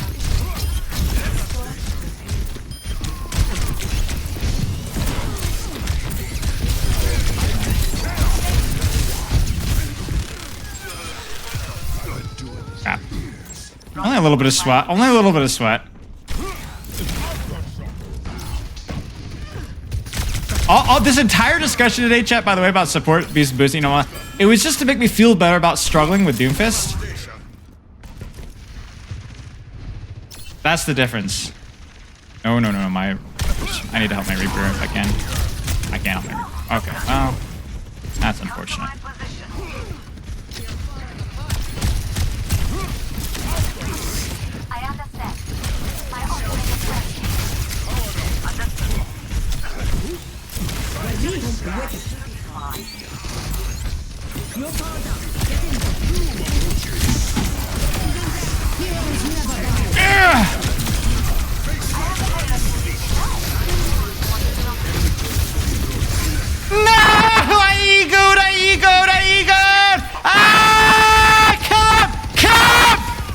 We're good. Calculated.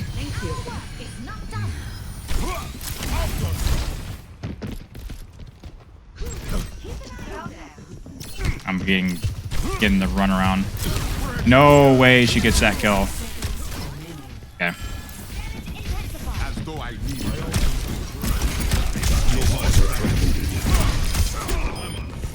Okay, we're good.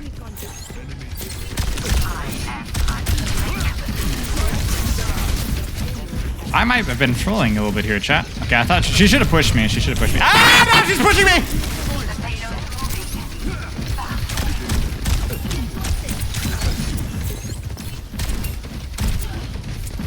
I love doing this so much. Just dink, dink. There's Suzu. I don't even know if it did that. What the fuck, man? No way! Come on, man. Dude, that fall off on that one shot is actually crazy. That's actually insane. Like, what? I was a freaking Weasel's butt cheek away from her, and it doesn't one-shot her? Are you for real?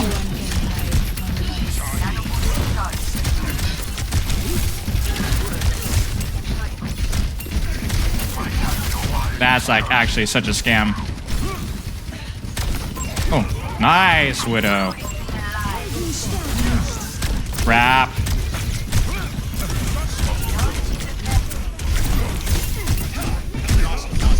Kill. Death, death, death, death! Holy crap.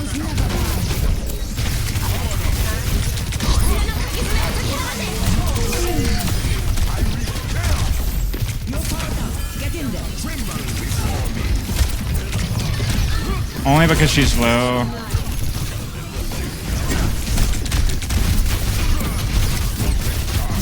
I'm doing it. The Eye of Horus watches over you.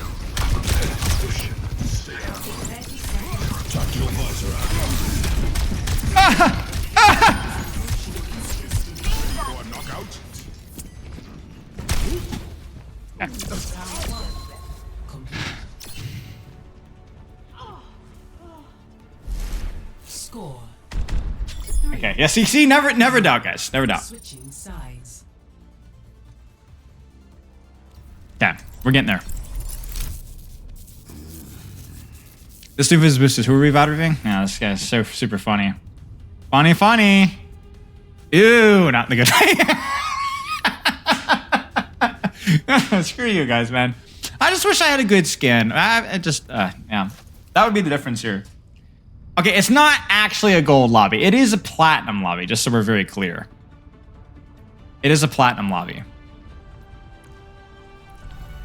Our future. I can't roll off. Okay, we're gonna keep trying. All find a cause worth fighting for.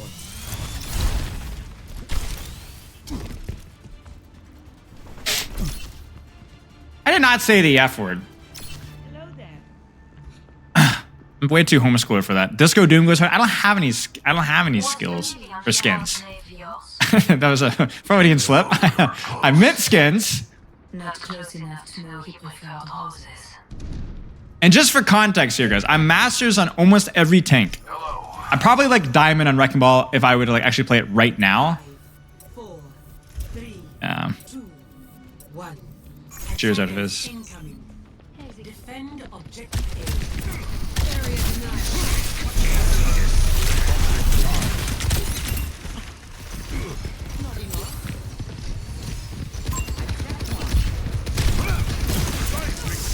Oh wow, he's actually going to stay.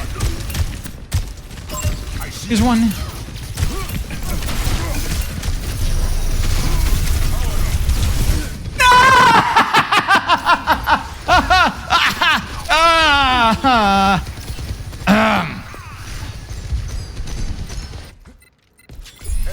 Wait, actually winnable. Ah!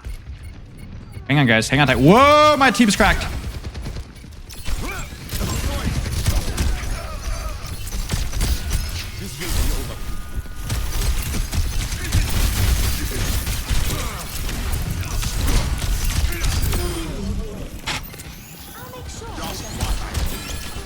Tango erased.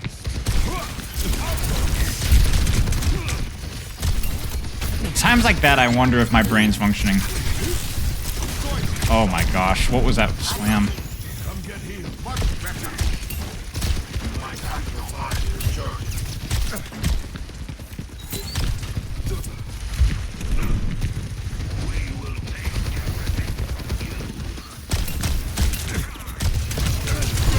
Oh crap!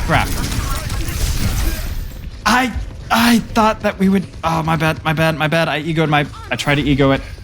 Just a second longer, but I was not aware that I was that low. Frick. Chase was always. Somehow I thought that we were like visor pushing as well, but I think my guy just visored his own. I don't think we. No. Okay, we're committing here.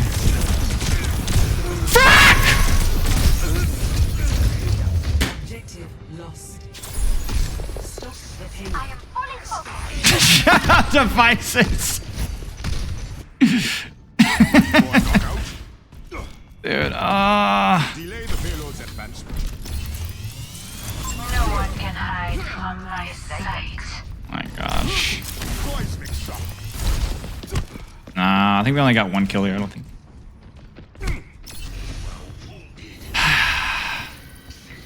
Can I even hold this space here? Gauntlet charge. Yes, I can. Thank you. Stuffing RAM around here somewhere.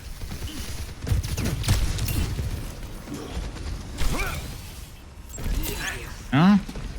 No, he's us a main. Weird. My ultimate is ready.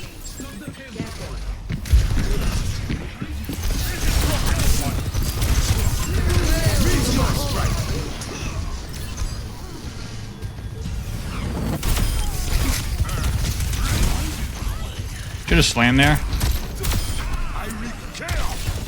That was very confusing ult from me, I'm not gonna lie.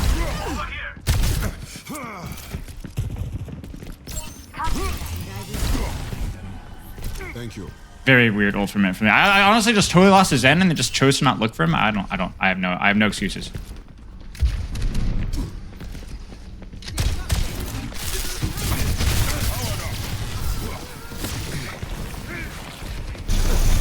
Oh no.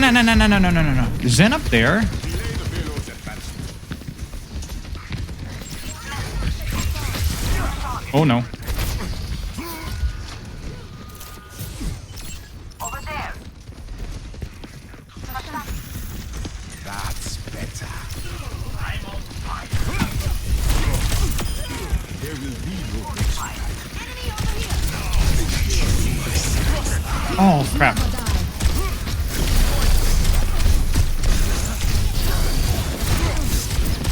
That stun is actually so short. It's crazy. Oh no, sorry.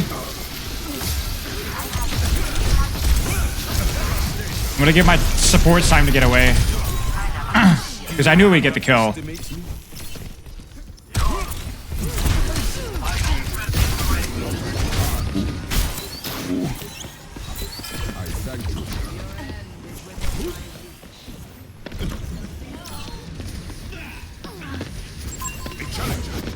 Yeah, Echo's on the flank there. Nano boost is ready. Get in there, and I'll hit you. Should nano Genji, I think. Nano boost administered.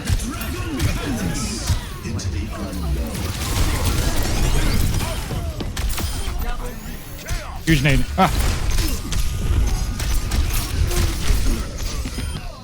Ah, dang. This will cut the pain. I'm not finished.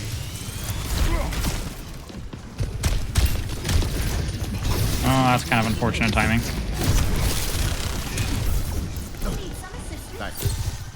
Are we gonna stuff this choke? Maybe we could. Honestly, stuffing this choke might be good. Because.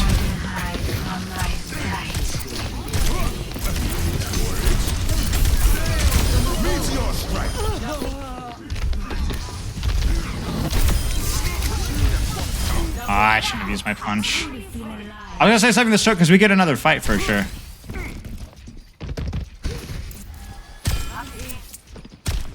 Come on, use it. Oh, come on, guys. Come on, man.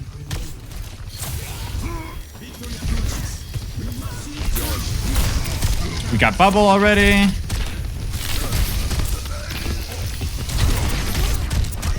We get ice block. I egoed it. I egoed it. Shoot. I was abusing their aim and then all of a sudden they started hitting shots. Crap. That would have been fine if I'd been near cover. I wasn't near cover though. I'm sure there's a roll out on the left, but I'm bad, so I don't have time. Nano? Maybe we kill him? Yeah, we're good, we're good, we're good. Nice, guys. Nice, nice.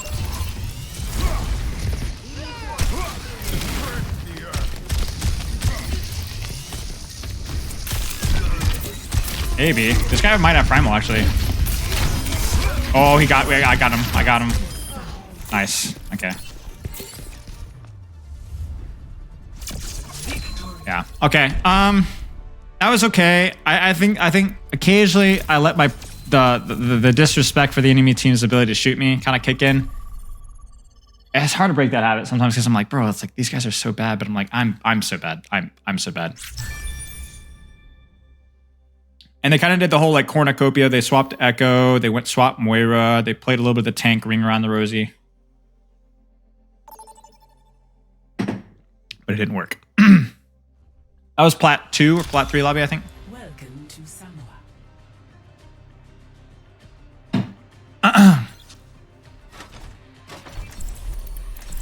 Thank you, Talon. Thank you for the posture check, guys, as well.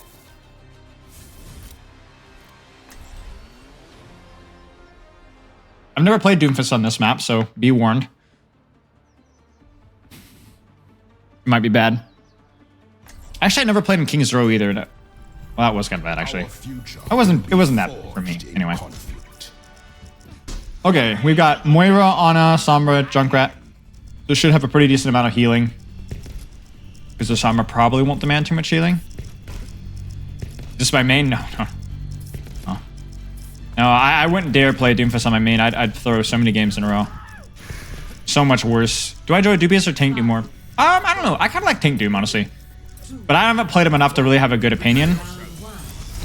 And there's definitely... Yeah, I don't know. I never really played a lot of DPS Doom either, so... Oh, God. That's going to be annoying.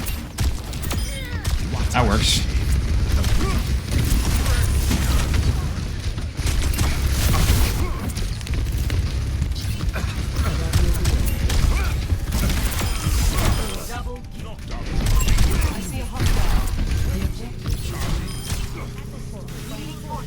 They go Ana. I don't even know what they were. They on Ana? I honestly don't know.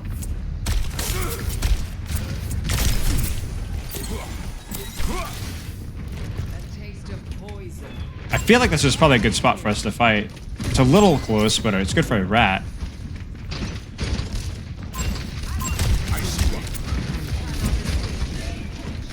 They're on Orisa. I need to rechange my angle up because we've rotated back. There's the Reaper swap as well. I don't really get the Reaper swap, honestly. I don't think Reaper's that too good.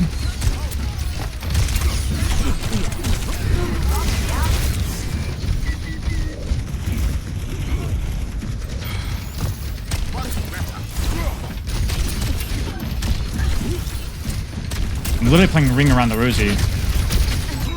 Well, that was dangerous. That should not have worked. Ah, crap. I tried to slam out in time. DPS did a good job. We held angles. We should win this. If we can't see, if we don't see 9, we should be okay. My honest healing at full HE Moira. That's how you know what rank we're at. But yeah, I just needed to live there. That's where before I probably would have entered, trying to like save the fight. But I think it was better. I think it was better there to try and just live and stall point, which obviously worked out quite well. I didn't feed.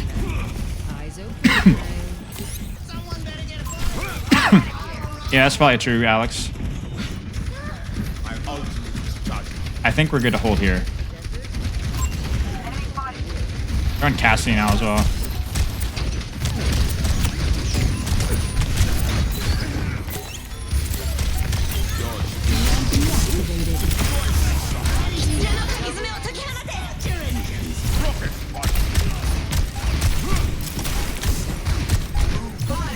Oh dear.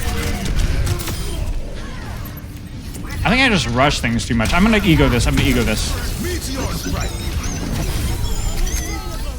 You guys kind of see what I'm saying? Like, I just overthink it a little bit. Case in point. Yeah. This mechanical aspect with a gun, it just throws me off. Score 1-0. Yeah. Okay, well. This foolish mission is taking time away from my experiments, Akande. Think of it as...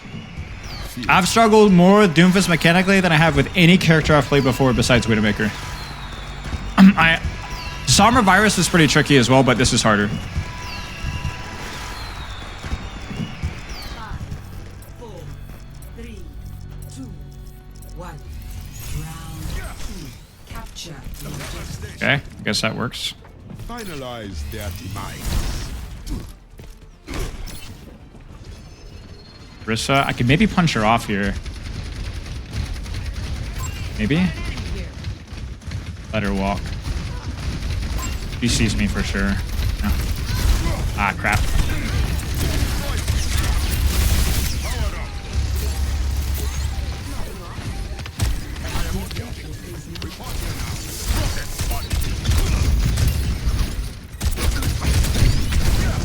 Oh, man.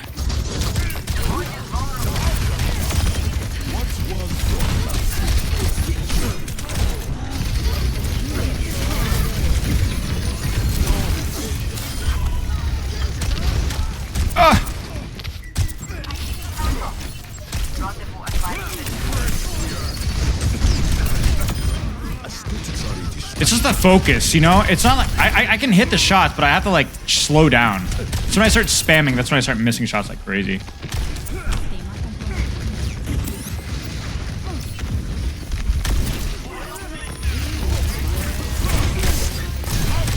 I ego that one just a little bit. I needed to have block for that though. Oh. I don't know if my supports could see in there. I thought we could take the fight in there.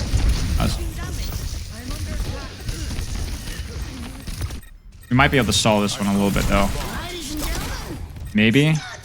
Our supports are keeping each other alive, and their Bastion's dead. And we'll be back sooner.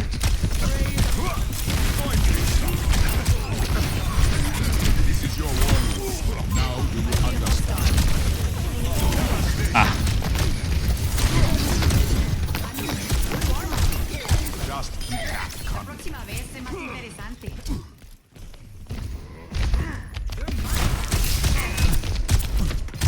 Before his frame melt now.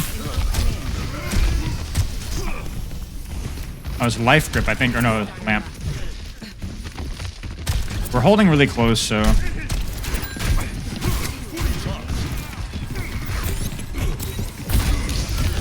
I do think Power Punch is worth it here.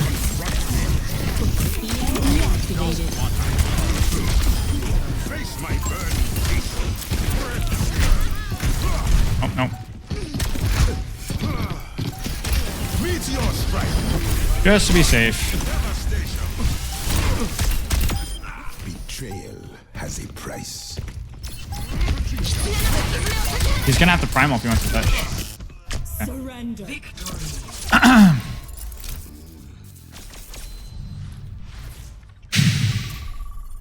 Well, we'll see. Is Doom harder than Monkey and Ball? No, I don't think so.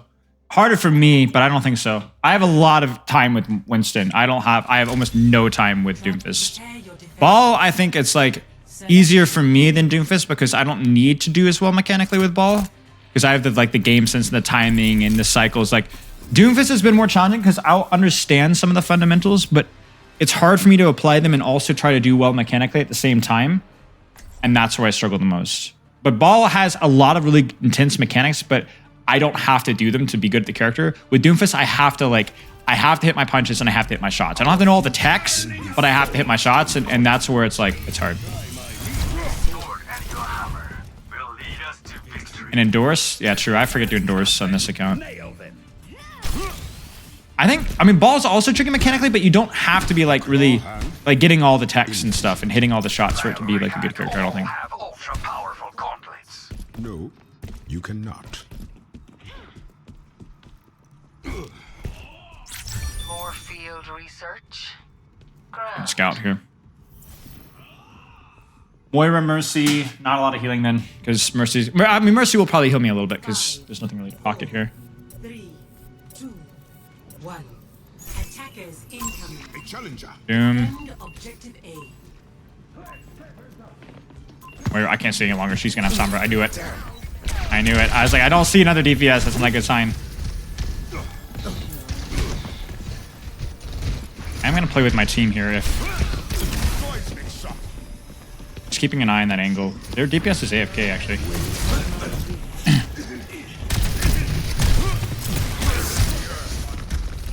Sombra's behind.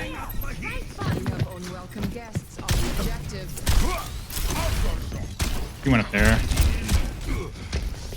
I don't know if I should have given up the choke for that. Ah! Oh, that's a lever.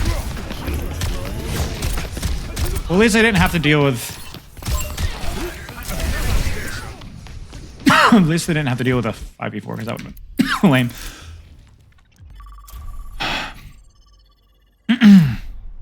I'll probably take a short break after this one, just get up and walk around for a minute.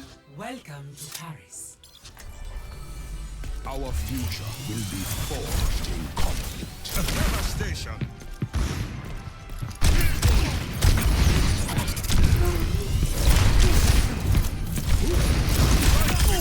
Why? I don't understand that. 300 HP.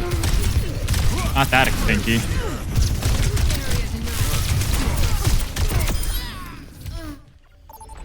How do you feel about Doom duels? I think they're fun. I'm not very good at them, but I think they're fun.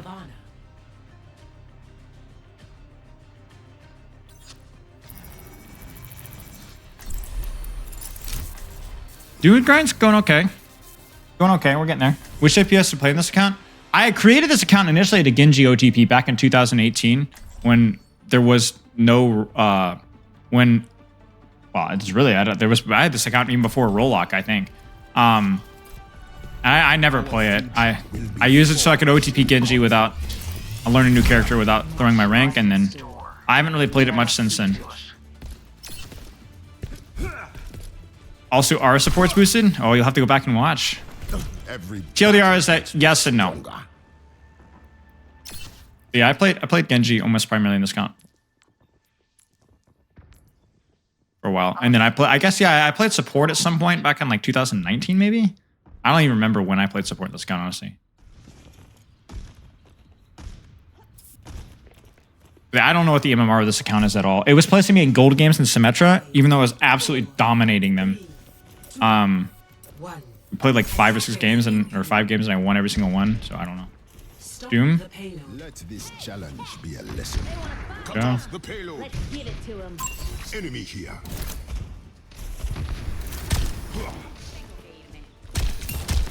Sombra.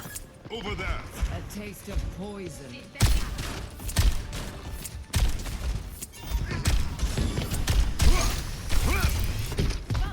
Only appealing because there's no other DPS way to control here.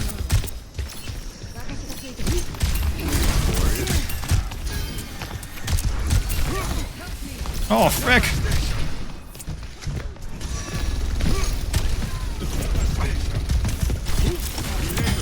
Oh, that works.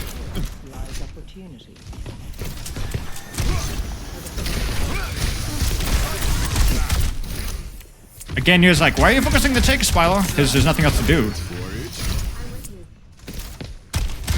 I can't trade their backline when he's that far away. Sombra's over here. Oh. Maybe she's already on our Widow.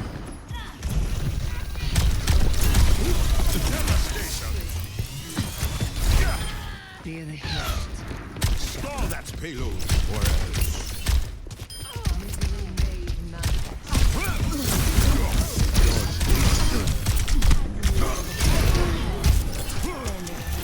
I actually totally lost that Ana. I see one. Dodge.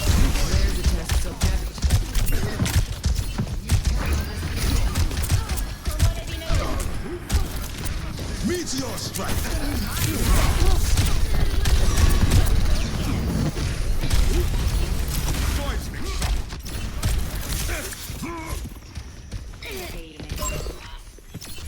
Cut off the payload.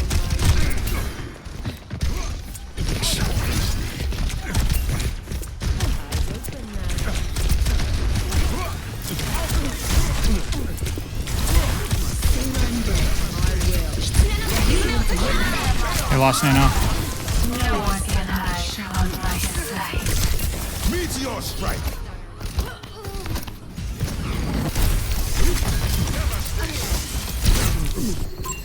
Crap. I shouldn't have charged it that long. I knew she had it again too.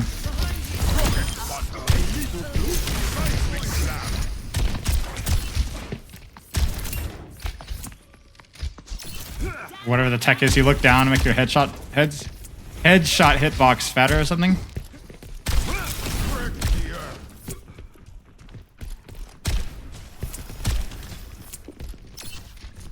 We have good ults left still.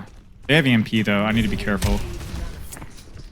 60 seconds remaining. I need to disengage here. They're close.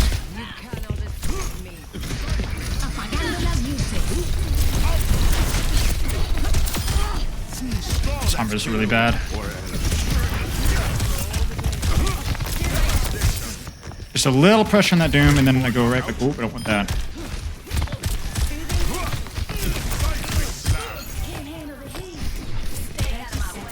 Still asleep, so I can't really push. Hold up the defense until the end. Might be able to kill the Sombra. Oh. This is your warning. 10 seconds remaining. I should have saved my punch for his block. Weird. I don't know why that didn't cancel. Weird little lag there. You guys see that? Sombra is so bad.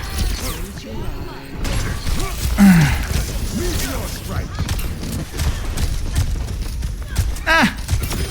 There you go.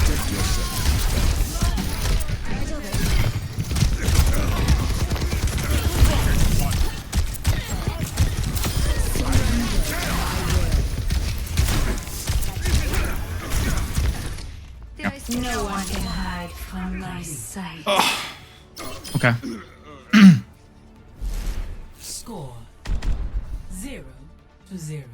When do you think is better to dual tank versus setting up for the upcoming fight?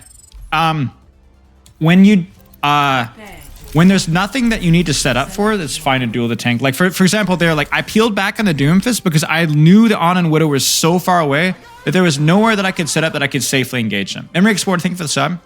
So at that point in time, I just better peel the Doomfist Sombra. And then you notice that by the time that I peeled them and I came back on main or came back on an angle, that they had actually walked forward, and then I could actually set up them. There's nowhere really to set up there. And when I'm playing defense, I can play to mostly mark, as long as I don't let their backline walk too far for free. Like you saw me peel back on Doom and then turn around and slam the Hanzo Kyrie at the choke and then hide. And like I couldn't chase the Doomfist. I didn't focus the Doomfist. I just looked at him when he was a threat and the enemy backline wasn't. It also helps that their tank is somebody that can actually focus. If that had been like a Wrecking Ball, I might have peeled a little bit, but it's a lot harder to like actually have any sort of significant impact on a Wrecking Ball than like a Doomfist. Push your limits. Nothing breaks that I cannot. Yeah, the Sombra's really not done well. And this is kind of like, I don't know. I've had like really mixed experiences with counterplay. Like when I'm paying attention and like not trolling, like I feel like there's Sombras and Orissas and even like the Roadhogs. The Roadhogs are probably the toughest one for me, but like feel like totally useless. But I have an advantage, I think, which is worth pointing out. It's time. A taste Prove of yourselves. poison. If I played Monkey but no Kitty back then there, maybe. It might have been tough even then though, because they were so far. But yeah, that's a good question. I see one. Queen, Junkrat.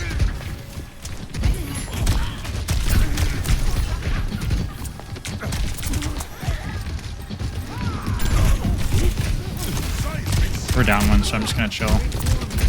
And now we're good.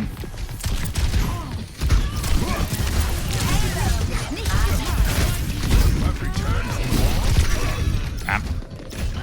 I thought the Mercy was rezzing right around the corner, but she was so far away. I need a stage here. I need the stage. I'm being too defensive versus a composition that has no mobility at all. I could have staged in that high ground for absolutely free.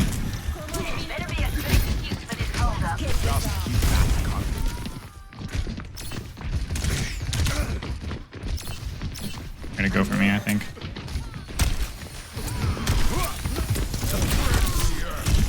Enemies behind. I'm taking the payload. Much better. Feed it, feed it, feed it, feed it.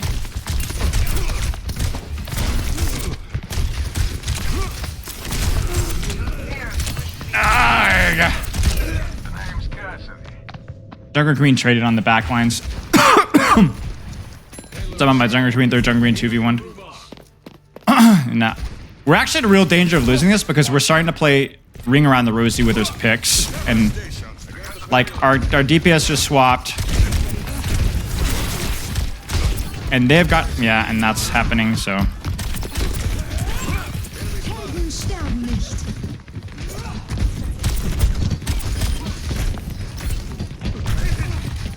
It's like I can't really hard commit here, but while I'm not hard committing, their DPS are getting picks.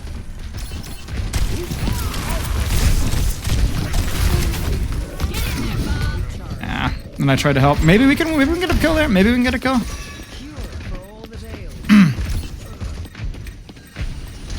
There's a kill. We'll be able to stop the res. Yes. Stay out of my way. Seismic slam. Payload. We need to go for the Baptiste here.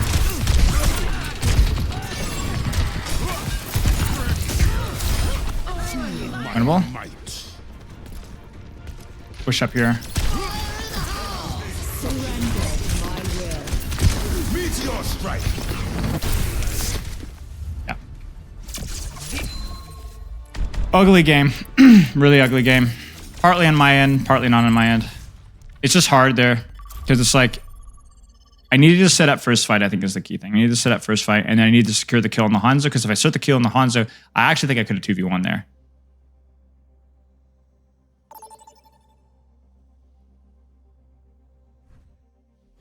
No. The thing with Jungle Queen is like, yeah, she 2v1 my backline that one fight, but she shouldn't be able to do that. Like, we have equal opportunity. She's scarier up close, but I could actually like choose my targets and stage. She has defender's advantage for sure, but I had my opportunity to 2v1 and I didn't. She had her opportunity to 2v1 and she did. Now, did my supports misplay? Yeah, absolutely. But their Hanzo and Baptiste totally fed. They actually almost just freaking died to me. The Hanzo was literally 10 HP. So yeah, my supports misplayed, but their supports also gave me the opportunity. And so sometimes it's like, I have this question a lot with like dive tanks. What if they dive my backline? Do it better. Like, do it better. And also you could see there a little bit at points, I could kind of Our future. toy with their Jungle Queen like once or twice and then go around backline. Although that's pretty risky. Still can't believe I get to work with a real cowboy. What's it like in the American West? Lizards and dirt. Far as the eye can see. Wow, that sounds amazing. Beats the city, I'll tell you that. 4, 3, 2, 1. Objective unlocks in 30 seconds. Crap. Do the slam right. This is your warning. Seismic shock. I like starting here just for a little bit of scouting and then backing to the corner. Jungle Queen. She's gonna push me a little bit.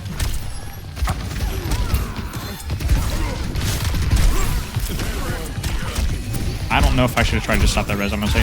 I never can tell.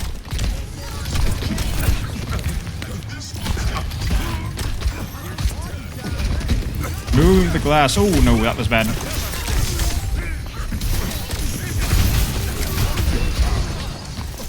Alright, life over is too close.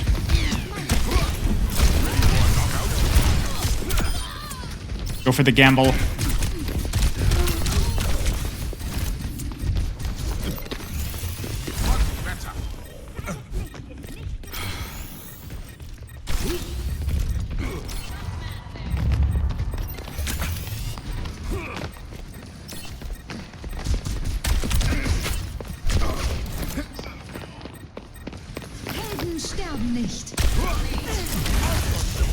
Ladies and gentlemen, tanking.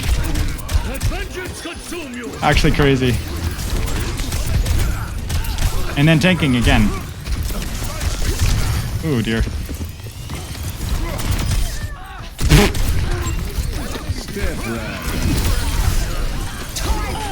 Oh, I almost got her. But for real, like, I know ignoring the mechanics aside, that was tanking. Like, I look and I've got 3 people looking at me. I boo-boo thank you for the sub. And I'm like, all right, well, I just live now. Like, it's super stupid, but... And there's the Arista swap. Yeah, we kind of need to back off here. Our life river's dead. There's a Sombra swap. There's the Arista swap. She still has hacks, so I need to be careful. We need a drop. Will they drop? The life river's back. He's off the high. I can't really use my... Okay, now I can, because I don't... That's fine.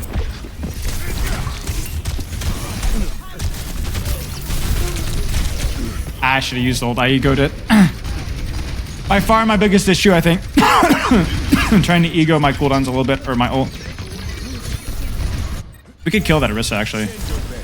I'm ready. My team is disengaging this pretty well, so...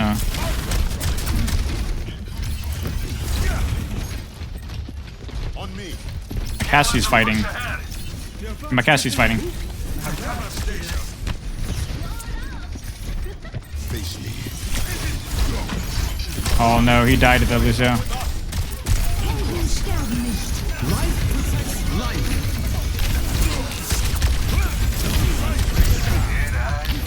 Oh, they know what we can do here, actually. I guess I can find the Sombra. That's what I need to find.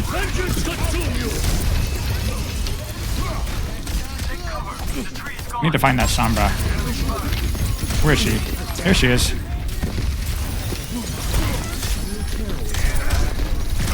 Or the Mercy. Love that character, really.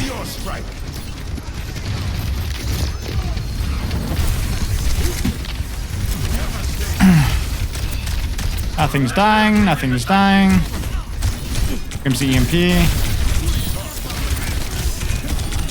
Oh, bless me. Crap. Crap. That's where nothing dies, but like, I should be able to get a kill there. That's a huge pull. Well done, well done, well done. Crap. I should have been able to force at least more cooldowns out there. We need to take back the lead.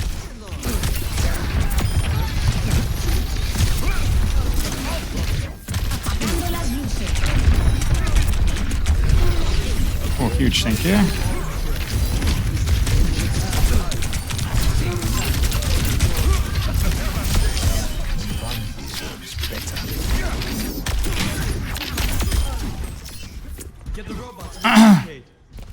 Maybe. Yeah, I definitely struggle versus this comp. I actually have to focus the Sombra May, I think. I don't think I can actually get the Mercy, honestly. Maybe I can.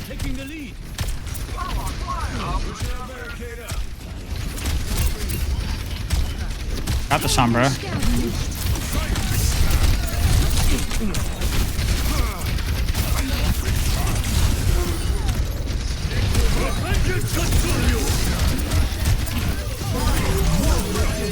Oh no. Oh wait, what happened there? Did you guys see that? We can catch up. I know we can. Ah.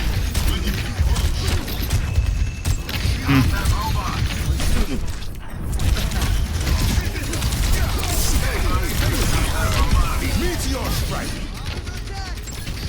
Unironically.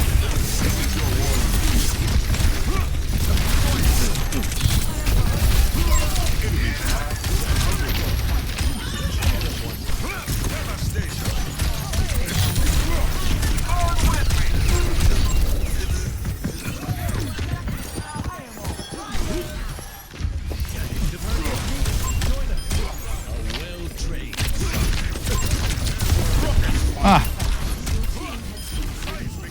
Nice. Total mess of fights, really. Like, absolutely messy.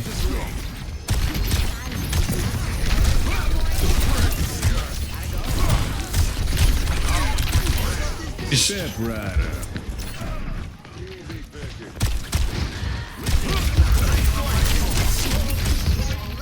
It's just a super survivor. Actually, the Kiriko is way easier to kill. I'm not gonna lie. At least for me, because I can hit abilities. I can just chase her, but it's the stupid mercy verticality that I can't deal with. Please. My might. Alright, they have EMP here. Try and catch the Sombra. Oh.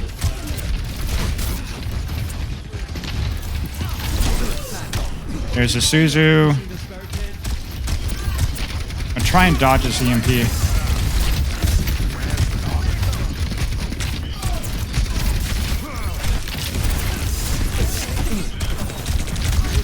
Meteor strike.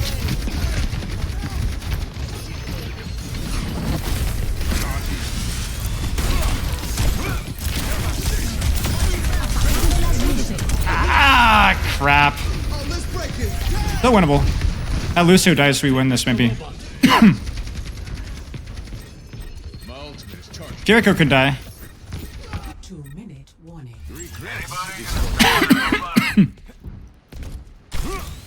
I needed to get all the way to cover. If I got all the way to cover, then we're still even here as well. Out my Weaver. Alright. Weaver, sorry, I cannot be anymore.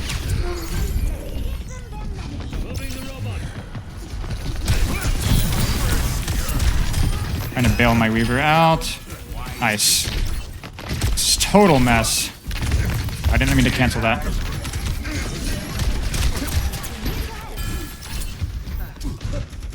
On Soldier now. There's the, they gave up. They swapped off of Sombra. I love to see it.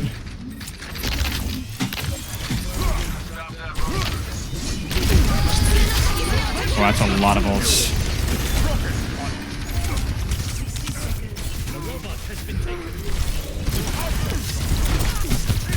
Wait, whoa, what? The Junkrat was there! I totally threw me off! Oh, no! No. That's alright. That's alright. That's alright. Maybe we forced another ultimate out. We stalled pretty well last time, and they're pushing cards, so maybe it works. Hey, look at that. We got a kill, too. Their Lucio's died 9 times. That's actually crazy. Ooh!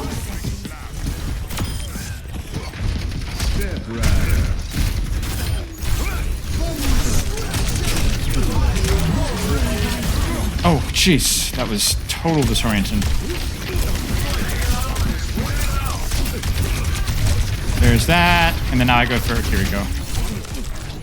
Oh, eventually. Oh, no. Do I actually go for squishy too? Yeah, I do.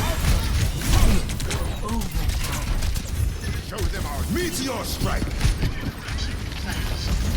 Prediction.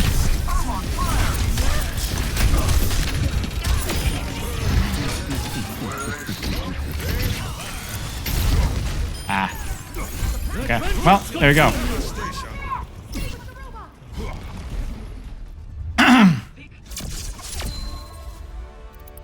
Why do people swap to Sombra? Because, like, I think, okay, to be fair, that is the best part of my Doomfist by far. Yay! We're getting there, chat. The best part about my Doomfist is my ability probably to counterplay more than anything else. Not even my game sense, honestly, because my game sense, I'm like, but like, as soon as they go heroes like that, I don't know exactly, I know exactly what to do. I don't always do exactly what I ought to do, but I do know what to do.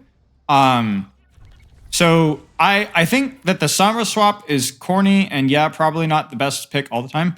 But sadly, I imagine it probably works versus a Platinum Doomfist who's better mechanically than I am, but doesn't know the counter pick. That is, like I said, that is my specialty is knowing that those matchups. So I've never bothered by counter picking, honestly. Thanks, Bum Bum. Especially if they don't know how to play the character. I have had issues with Sombras and Orissas before, but yeah, it's not that big of a deal.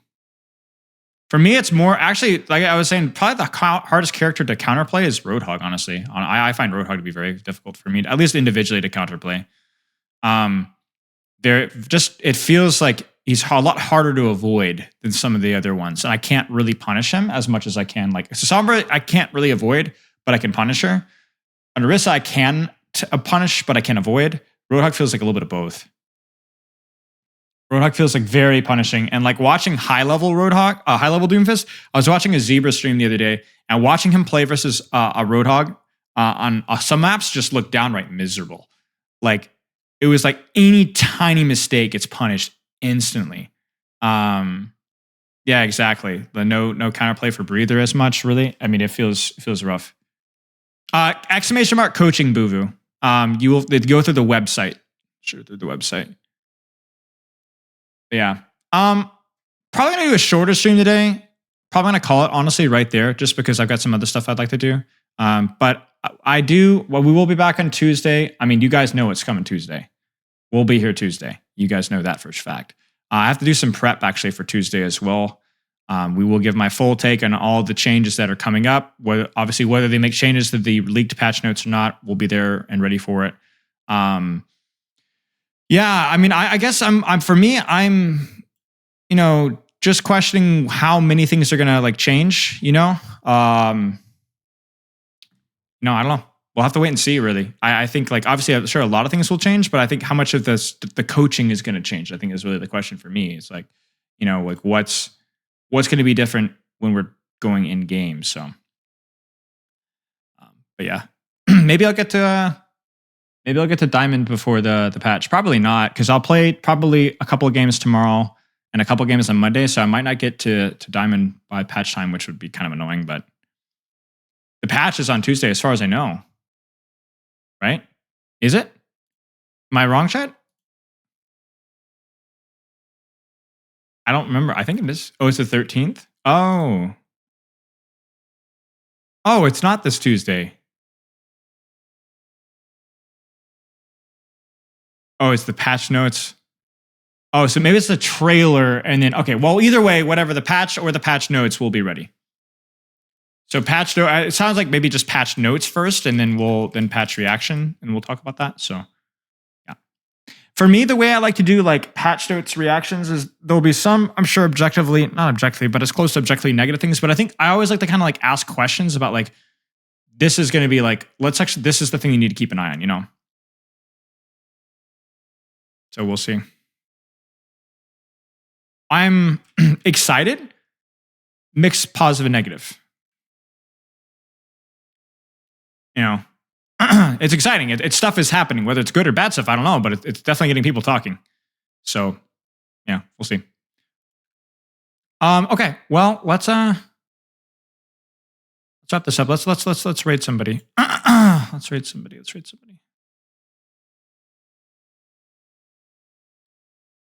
Yeah, I'm honestly not too sure. I'm not too sure. I will try to give every level of nuance that I possibly can with the patch.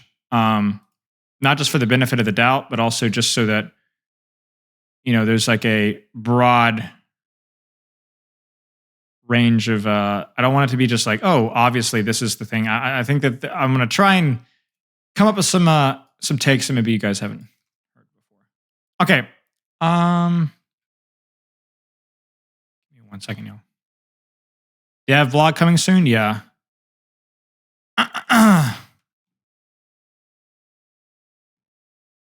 Okay, let's raid this person. Cheers, y'all. Loves and kisses. I'll see you guys on Tuesday. Have a good weekend. Thanks for the subs, the bits, you know, the whole 9 yards, all that kind of stuff. GG's. See you guys then. Be fresh, stay fresh, get lots of sleep. Tell your parents you love them. Unless you hate them, then, you know, don't.